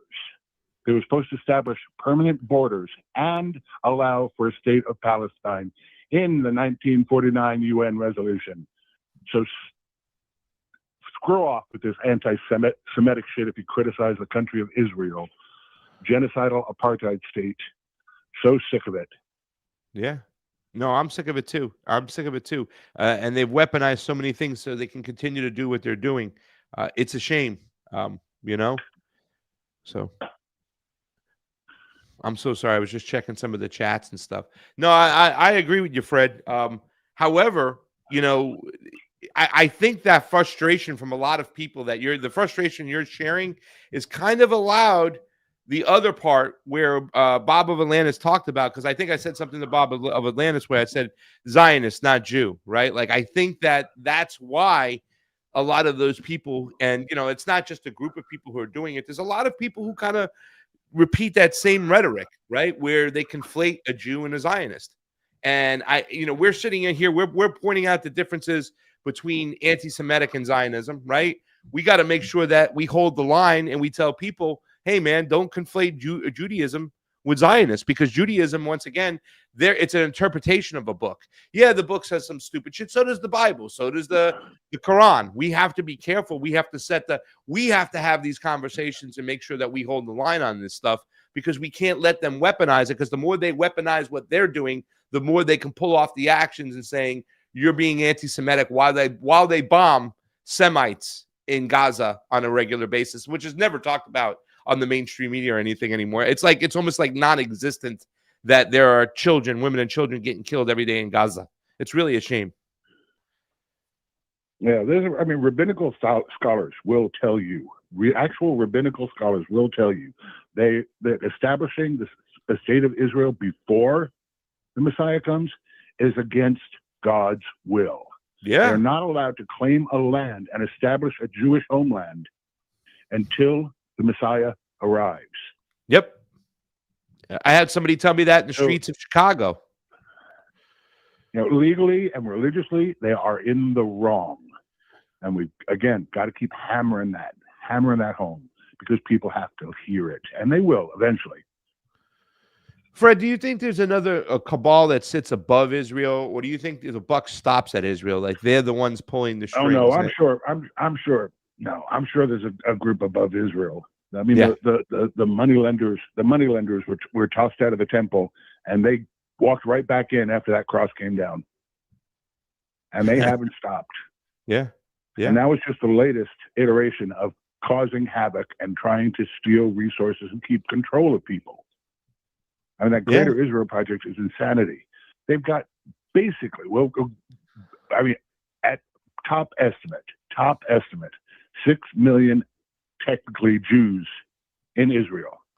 And they think they can control all of Lebanon and Syria, parts of Egypt and Iraq, from the Euphrates to the Nile. Saudi Arabia, parts of Saudi Arabia, parts of Turkey, Iran, parts of Turkey. It goes all in there. Yeah.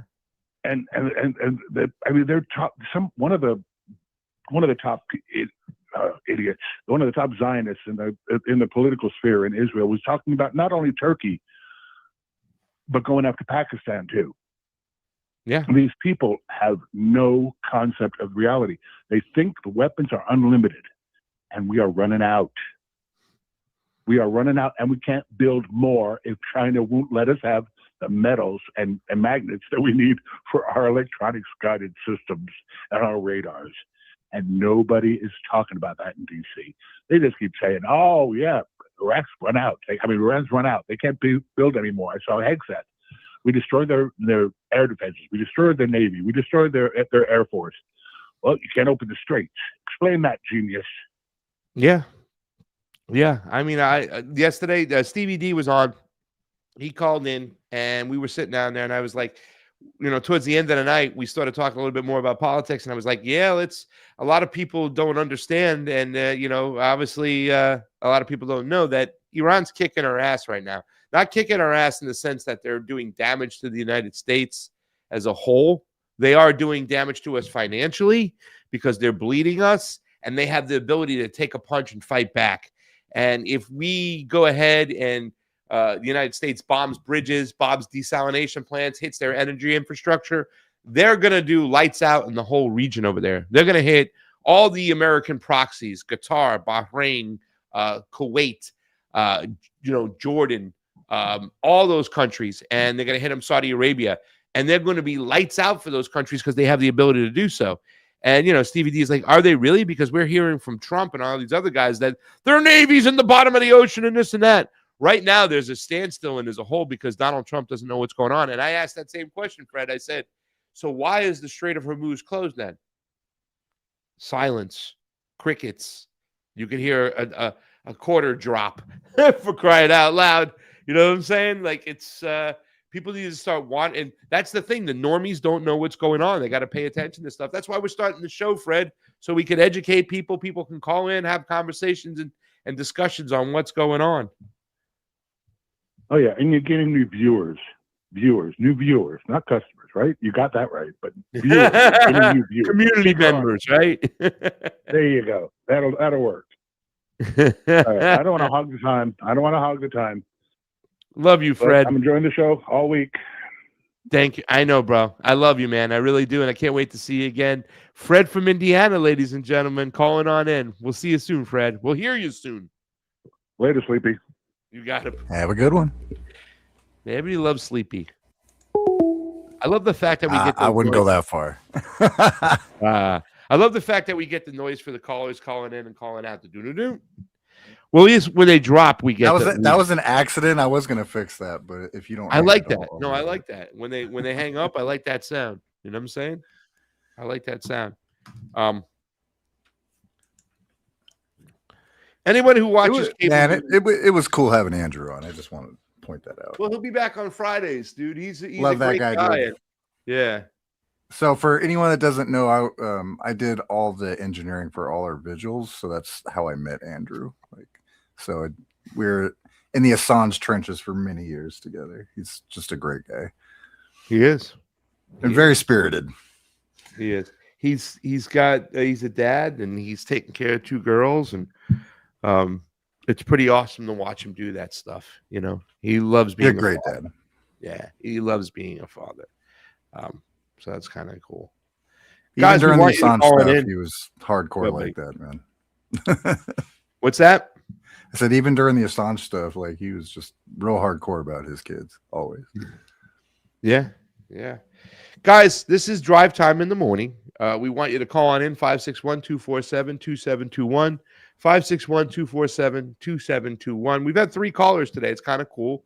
I haven't really told anybody to call in today. I just said, let me just see how it goes. And I, sent Stevie D the link and whatnot. He called on in. That was pretty fun. We had Bob from Atlantis from the Rumble chat call on in, and Fred from Indiana called on in. So it was kind of cool. And we're encouraging you guys, if you want to talk about something, 561-247-2721. I am Craig Pasta Jardula, along with my co-host and engineer, man on the Technique 1200s, the 1s and 2s, Sleepy Josh, Sleepy J, whatever you want to call him. Just don't call him Sleepy Jizzle because he doesn't like it. You're trying to make that shit happen still, huh? He doesn't like that. Wink, wink, wink, wink. I want to say big ups to O'Reilly in the chat. Big ups to Gabrielle Freedom, producer, always hanging on out and promoting the show. Thank you so much. And it's kind of cool because Gabrielle Freedom was one of the original OGs, like Fred. Like these guys go way, way back. So that the fact that they're still hanging around and promoting and help push, it really does touch my heart. I'm blessed. These are the reasons, Fred and Gabrielle, why I constantly say that I'm blessed. And I think it was kind of cool because the show today, Stevie, like when I called him a normie, he liked that, right? Oh, I'm a normie, because he told me towards the end of the night, I don't know what the fuck's going on with those wars over there. I'm like, you don't know, but you're paying for it. We need to have these conversations. I think we slowly start educating people on that and speaking with them. And by the way, people don't know, honestly. They don't. That's very common. Yeah. It is beautiful outside. The ocean is calm. It's just looks like a storage unit. Somebody shipping something over there out there in the ocean in a tugboat. And the thing is, that's crazy. One thing I miss, man, is the ocean. Oh man. So I live in Highland Beach, which is Boca Raton on the water. And we're between West Palm Beach and Miami. That's where I'm located. They've been flying helicopters, military helicopters. A couple weeks ago, they were flying some jets down the coast. So it's almost like they're getting ready for another military operation, maybe to go into Cuba. I feel like they're practicing that now. Probably. Yeah, and they get ready to go into Cuba. So we got to be careful with that. And it's really a shame what's going on in Cuba. I don't know where people get the mentality that it's okay for the United States to blockade and to suffocate Cuba. And I'm glad to see there's a lot of Cubans here in South Florida that are starting to speak up.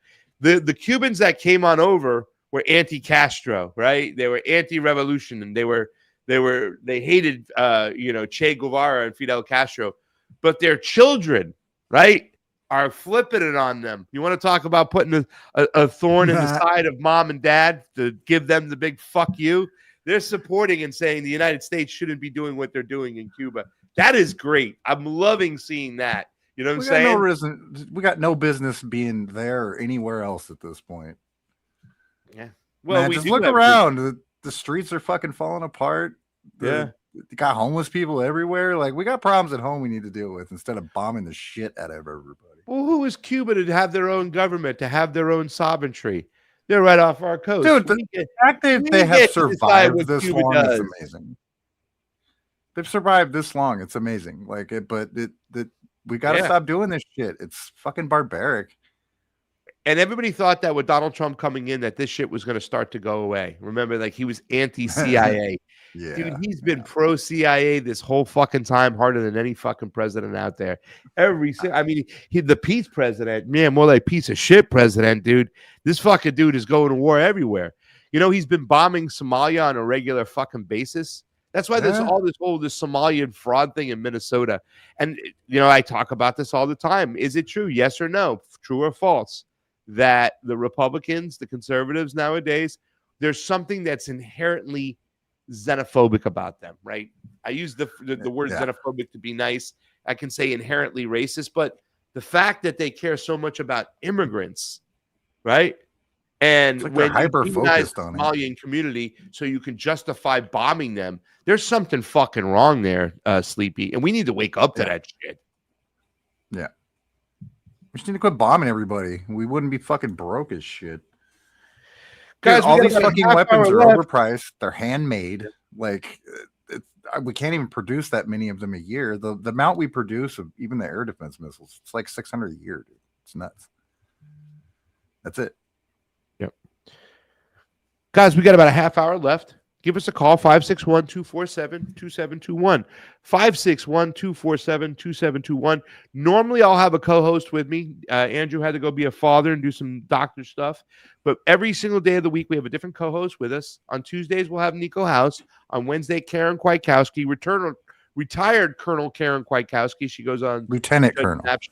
Retired Lieutenant Colonel Karen Kwiatkowski. Thursdays, Kyle Anzalone, and Fridays, Andrew Ziegman. Mondays will still be open. Maybe we'll have some guest host or whatever, and we'll figure it out, you know. But we invite you to join the show. There's not a lot of stuff going on. Bob from Atlantis told me from 8 to 10, so I'm filling a void. So, hey, man, just plug on in. Every day you wake up, if you wake up early in the morning, if you're up between 8 and 10, turn us on. We'll be here. You know, you can count on us. We're building a community. We had some callers today. It was really fun. We had Stevie D call in, who I got to see last night. I haven't seen him since the 90s. That was pretty awesome. No, if you want to call on in, 561-247-2721, 247-2721. That's 561. What else we got, Sleepy? Anything? What were you going to say about Nick's take on... Okay, Venezuela.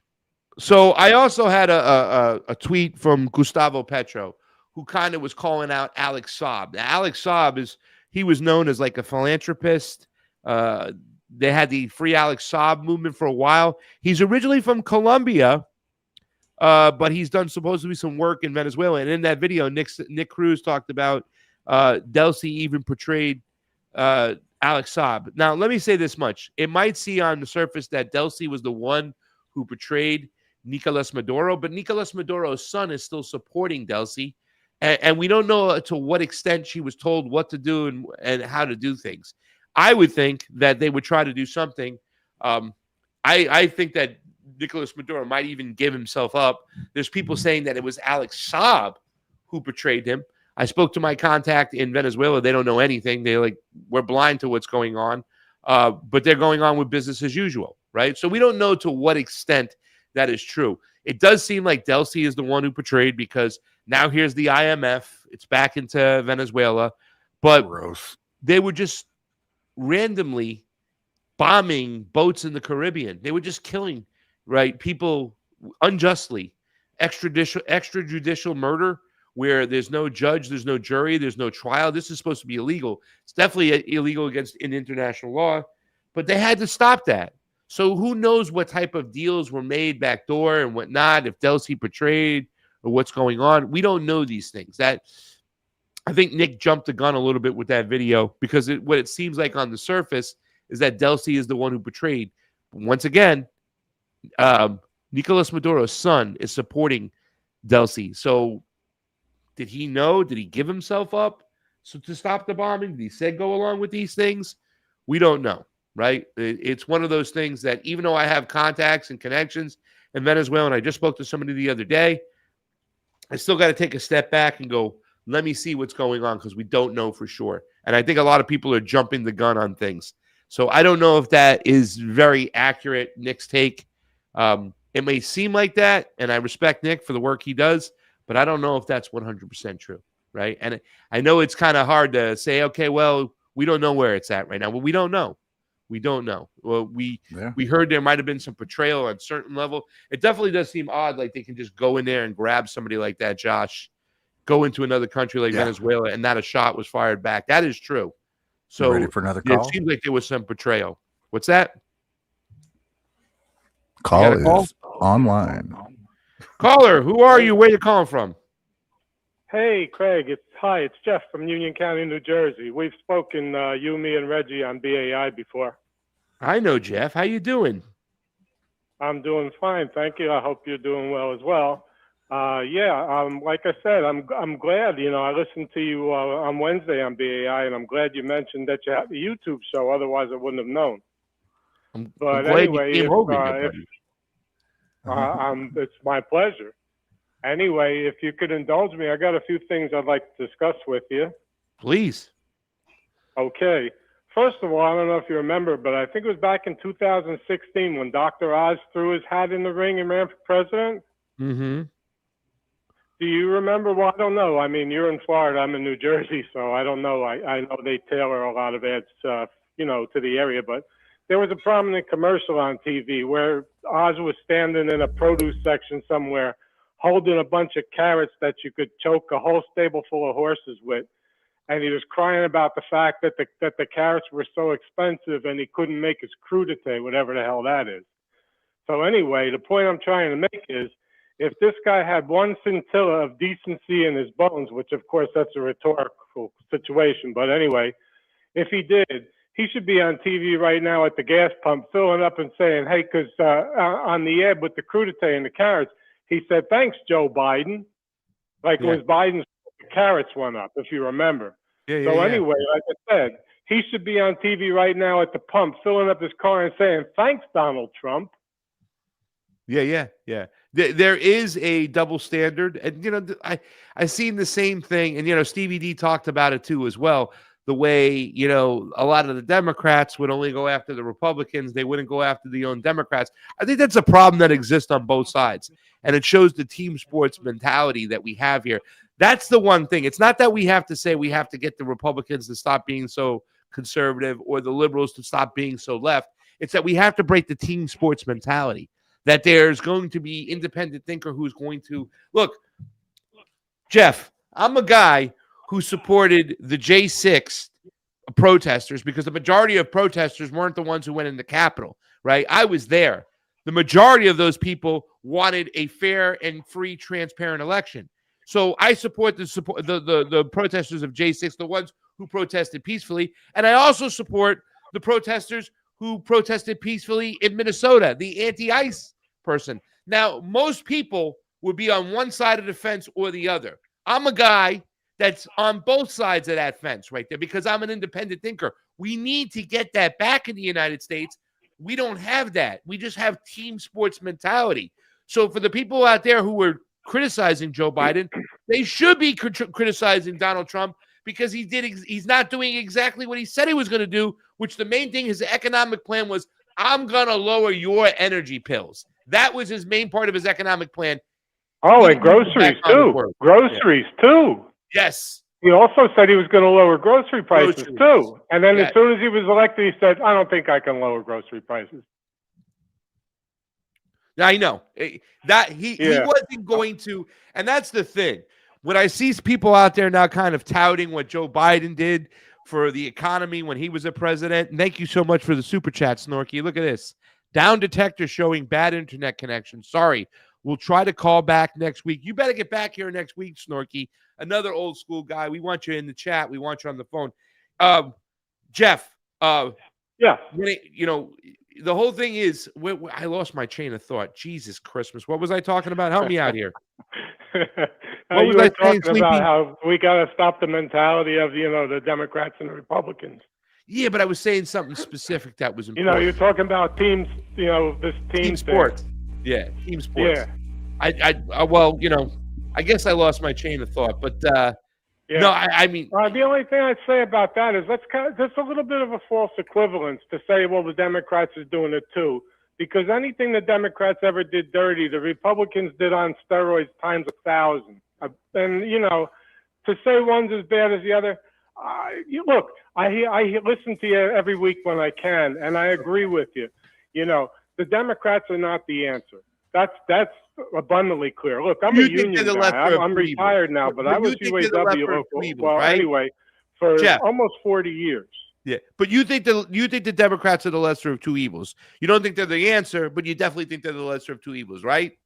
Absolutely. Because at least with the Republicans, if you vote Republican, they're gonna cut services for working class and the poor, and they're going to give the money to the rich. They're reverse Robin Hoods. You know that.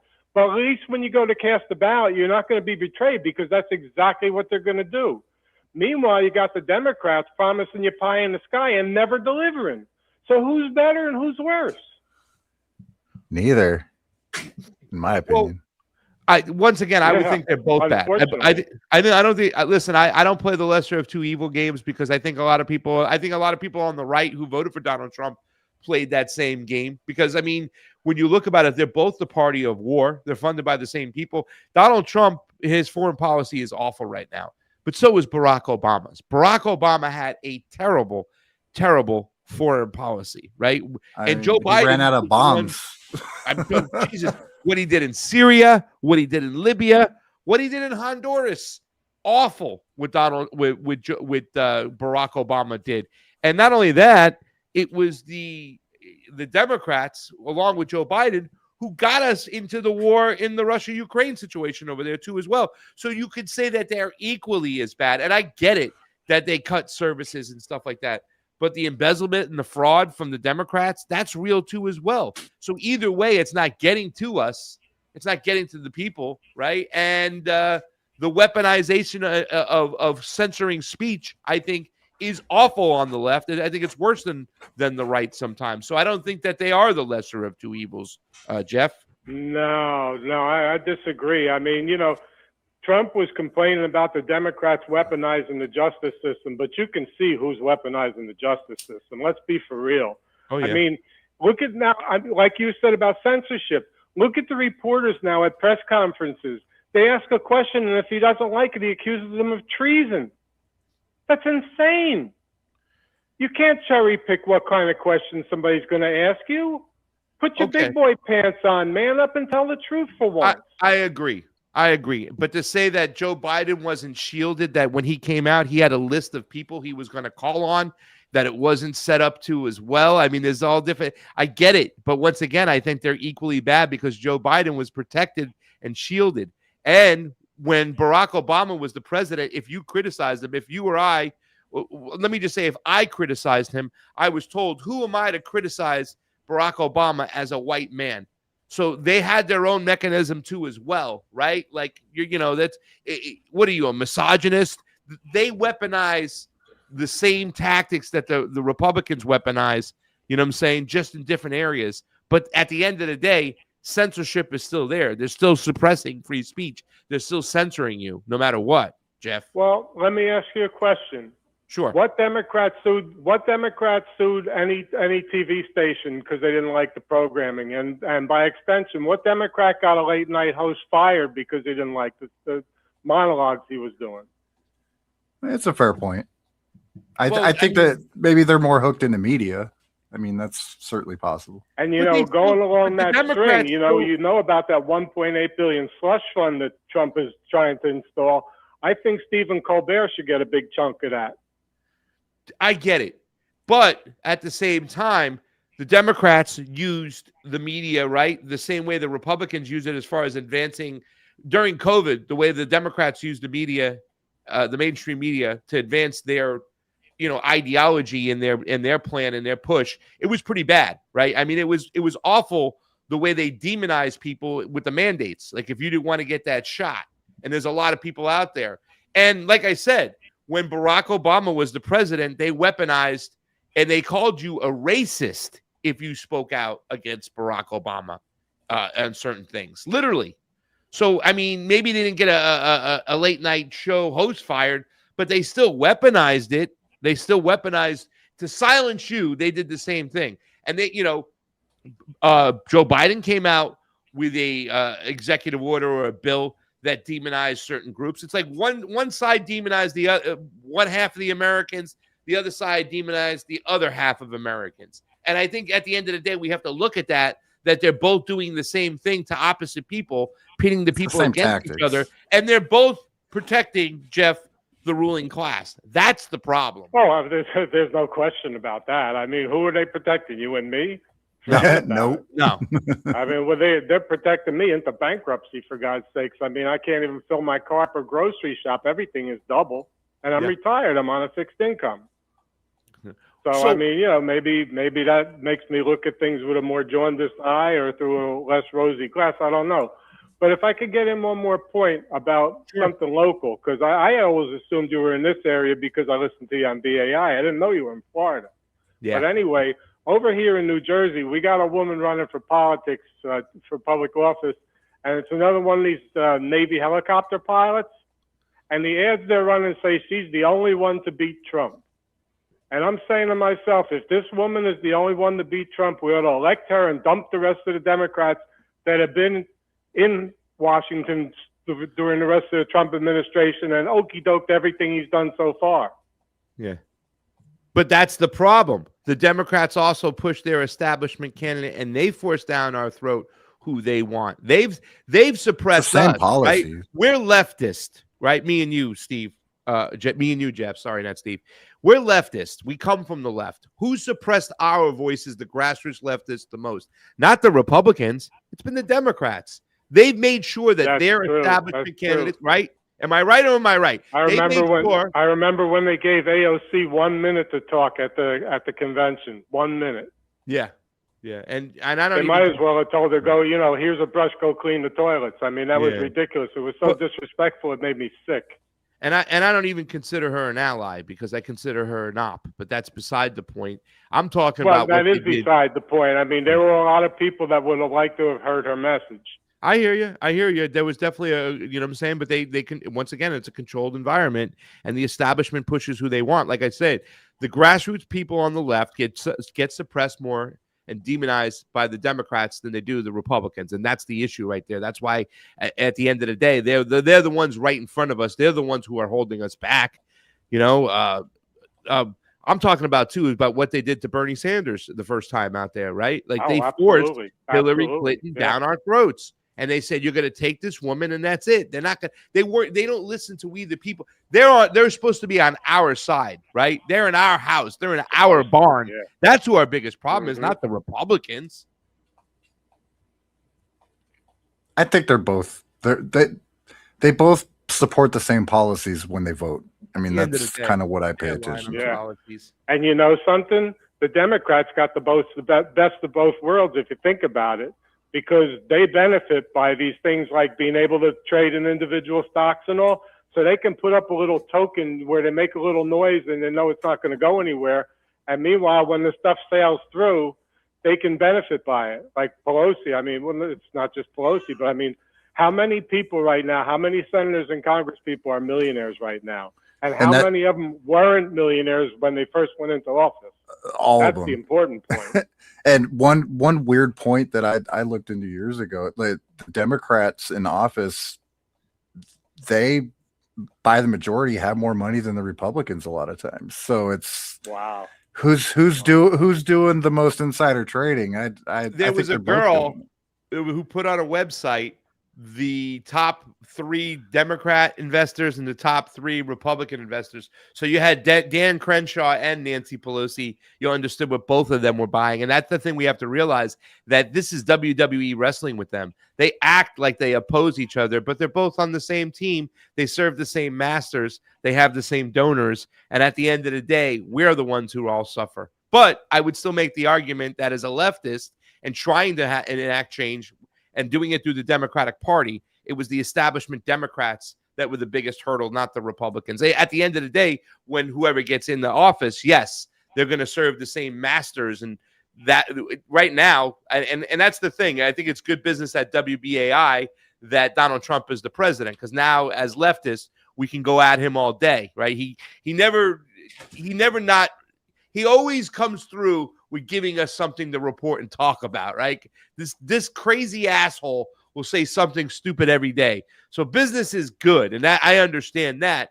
But I still think at the end of the day, Jeff, our biggest hurdle is the Democrats, and that's who we have to deal with. And we have to understand that we're no longer going to give them our vote, because the things that you say are the things that they will say. Well, yeah, we understand, but it's the shitty Democrat. But what are you going to do? You want this conservative, right-wing, warmongering fascist to be the president? That they pull that trick all the time, and most people will go, fuck it, we'll vote for the Democrat because we're mitigating damage. It's better than voting for Donald Trump. Final thoughts. Go ahead, Jeff. I think I said what I came to say. I mean, it's been great talking to you. I mean, we don't have to agree on everything. I mean, I look, you're preaching to the choir. I'm sad to say that I've basically given up on the Democratic Party. Like I started to say, I was a union man for my entire working career, and I always voted Democratic and thought I was doing the right thing. So did I. But I mean, you know, I guess, you know, you cast your vote, you cross your fingers and hope for the best, which is nonsense. But I mean, who really knows? I mean, basically, to get to the national stage, you basically have to sell your soul to the devil anyway, because you're beholden to so many people. I don't care if you're the most starry-eyed idealist that ever lived. By the time you get there, you're done. Yeah, they own you. Yep. Well, that's the problem. I mean, maybe that's cynical, but it seems to me that that's the way it is. Like I said, I mean, how much money does Nancy Pelosi have? Oh, forget about it. How old is she? And how much more money? And that's another thing with Trump. How old is this guy? Yeah. I mean, you got people on the web right now that have been predicting his death practically since he ascended the throne. And you know, I don't wish anything bad on him as far as health-wise or anything. I'm just saying, you know, that's the impression that they give you. And yet this guy's still trying to get billions and billions for what? Yeah. He didn't even attend his own son's wedding because he's too busy tweeting, you know, bashing his enemies. all theatrics, all kabuki theater. And listen, you might not wish ill on him for his health, Jeff, but if he keeps eating those Big Macs, he's going to do it to himself, right? I never see that guy put anything healthy in his mouth. Diet Cokes and Big Macs. And listen here, Jeff, it's very important. I'm glad you called, because this is one of the biggest topics, the most important topic we have to talk about.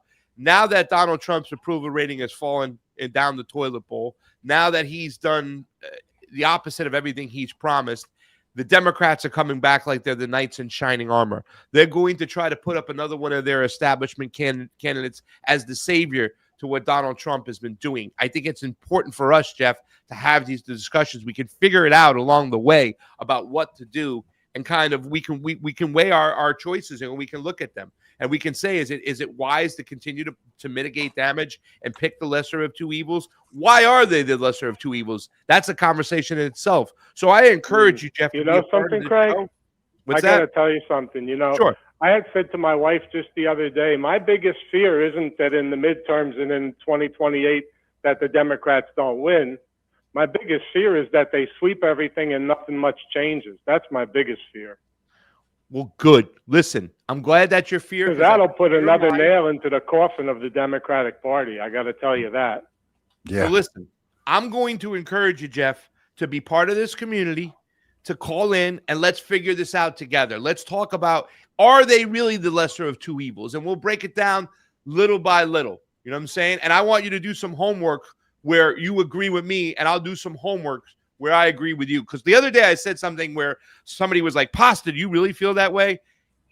What I see in front of us, like I say, is I don't look at the president as the most powerful man in the world. I look at the president as working for the most powerful man. But if I'm looking at this thing on paper right now, I would honestly say that Barack Obama would be listened to if they were having talks in Qatar. Nobody's going to listen to Donald Trump, right? Like I pointed that part out. I don't think they would listen to Joe Biden. They wouldn't even know if he's fucking alive. But Barack Obama, at least if there were talks going on, they would be listening to him. They're not going to even pay attention to Donald Trump because he lies every single day. He's not even consistent. He contradicts himself from minute to minute. Every day. So I made that statement. So that's me pitching the Democrats as the lesser of two evil, or at least Barack Obama as the lesser of two evil. And I don't do that. So I encourage you, Jeff, let's be part of the community. Let's have these conversations and let's try to figure this out along the way. And the question is, are the Democrats the lesser of two evils? Should we abandon them, or should we shut our mouths and mitigate damage and vote for them? That will be our homework and our duty along the way. And of course, if you have something else you ever want to talk about, bring it to the table, Jeff. Thank you for calling in, brother. Thank you for taking my call. You've been great, man. Thanks for brother. calling. Thank you. I appreciate it. Whew. 5 minutes. How you doing? I'm going good. You going good? My view's almost dead. I don't think so. The logs have been. Oh, we have one more. You want to squeak it in? Let's squeak it in. You're on the air. Who is this and where are you calling from? This message has been transcribed. One moment while I know. I don't know. It's a weird voicemail or something. All right, I'm gonna kill the calls since we're. What's that? I'm gonna kill the calls since we're about to wrap up. See if there's one more that's coming in. No. I'm doing it. Oh, maybe. You're on the air. Hello. Who are you? Where are you calling from? This is Entenmann Bill. Come on, man. Who is it? We got Bill. Bill, is this Entenmann Bill? Yeah. I posted a link for Mint Press News from yesterday. Excellent one. That Ilikesh guy, he shows the drone strike.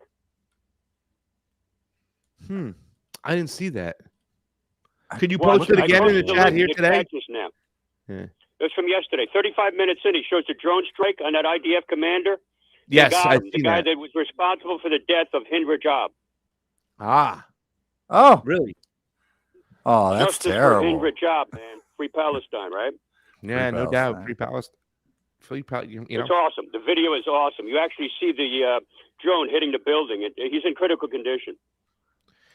It's nuts right now what's going on over there too as well, because a lot of people are kind of sleeping on Hezbollah, and I think Hezbollah is going to come back and fight strong. So a lot of people are concerned that if they have a ceasefire or a deal in Iran, then Gaza no longer gets any love or protection from Iran. Same thing with Lebanon. But I wouldn't sleep on Hezbollah right now because they're really coming in full force, and they've been fighting these wars for quite some time, just like Iran. Not that I'm like, I mean, obviously, it's hard rooting for anybody in war because it's war, but don't sleep on Hezbollah, ladies and gentlemen. They've run Israel out of Lebanon before in the past, and they can do it again. At least the Epstein class, run them out. So, right. Yeah. Have you watched the film Death of the Voice of Hind Rajab? It's incredible. It's devastating. Yeah, I haven't seen it. I don't know if I can handle it, man. Yeah. It's rough. From what I heard. Bill Riley, Entenmann Bill, that's the top of the hour. We're getting out of here. I appreciate you calling in. I appreciate you posting everything everywhere, and I'm really happy you're part of this community, man. It's been awesome. Yeah, I'll be posting on Due Dissidence. I did yesterday, and even I know Jimmy Dore had a problem with you, but I posted in the chat there, and they ignore me. You don't have a problem. We don't have problems with each other. There's no real big problem over there. Where people say, oh, there's animosity or whatever. No, whatever. We had our differences. We go separate ways. Who cares? So, it is what it is. I got no problems with nobody. But you know what I'm going to do is we're going to get some T-shirts or coffee cups made. And when we do, we got to send you one, Bubba. Hey, thanks a lot, man. Love you guys. Love you too. Entenmann Bill Riley calling on in closing out the show. Let's get to some music and get to the closing monologue. I want to thank all you guys for watching this show. This was the soft open. We're going to hit it with full force starting on Monday. But as we wrap up the show today, let's take a moment to reflect on the importance of diversity of thought and the peace we can cultivate with our neighbors. In a world that often feels divided, it's our differences that can actually bring us together. Every unique perspective, every story shared enriches our collective experience and fosters understanding. Remember, it's okay to disagree. It's how we handle those disagreements that truly matters. Let's embrace dialogue over debate, compassion over conflict. When we listen to one another, we open the door to meaningful relationships. By engaging with our diverse communities, we can find common ground and build bridges that promote peace. So I encourage you, reach out to someone with a different viewpoint. Share a meal, have a conversation, a cup of coffee, or simply listen. Let's create a ripple effect of kindness and understanding in our neighborhoods and beyond, because sometimes conflict can often bring resolution. Hey, thank you for tuning in today. Remember, together we can celebrate our diversity and pave the way for a brighter, more peaceful future. So until next time, keep that dialogue flowing and the peace growing. For Craig Pasta Jardula, Sleepy Josh, I want to say thank you to Bill Riley, Bob from Atlantis, Fred from Indiana, Jeff from Union County, Stevie D as well, and of course our Friday co-host Andrew Zigman. That's it for today. We'll be back Monday. Until then, have a great weekend. I love you all, and remember, peace.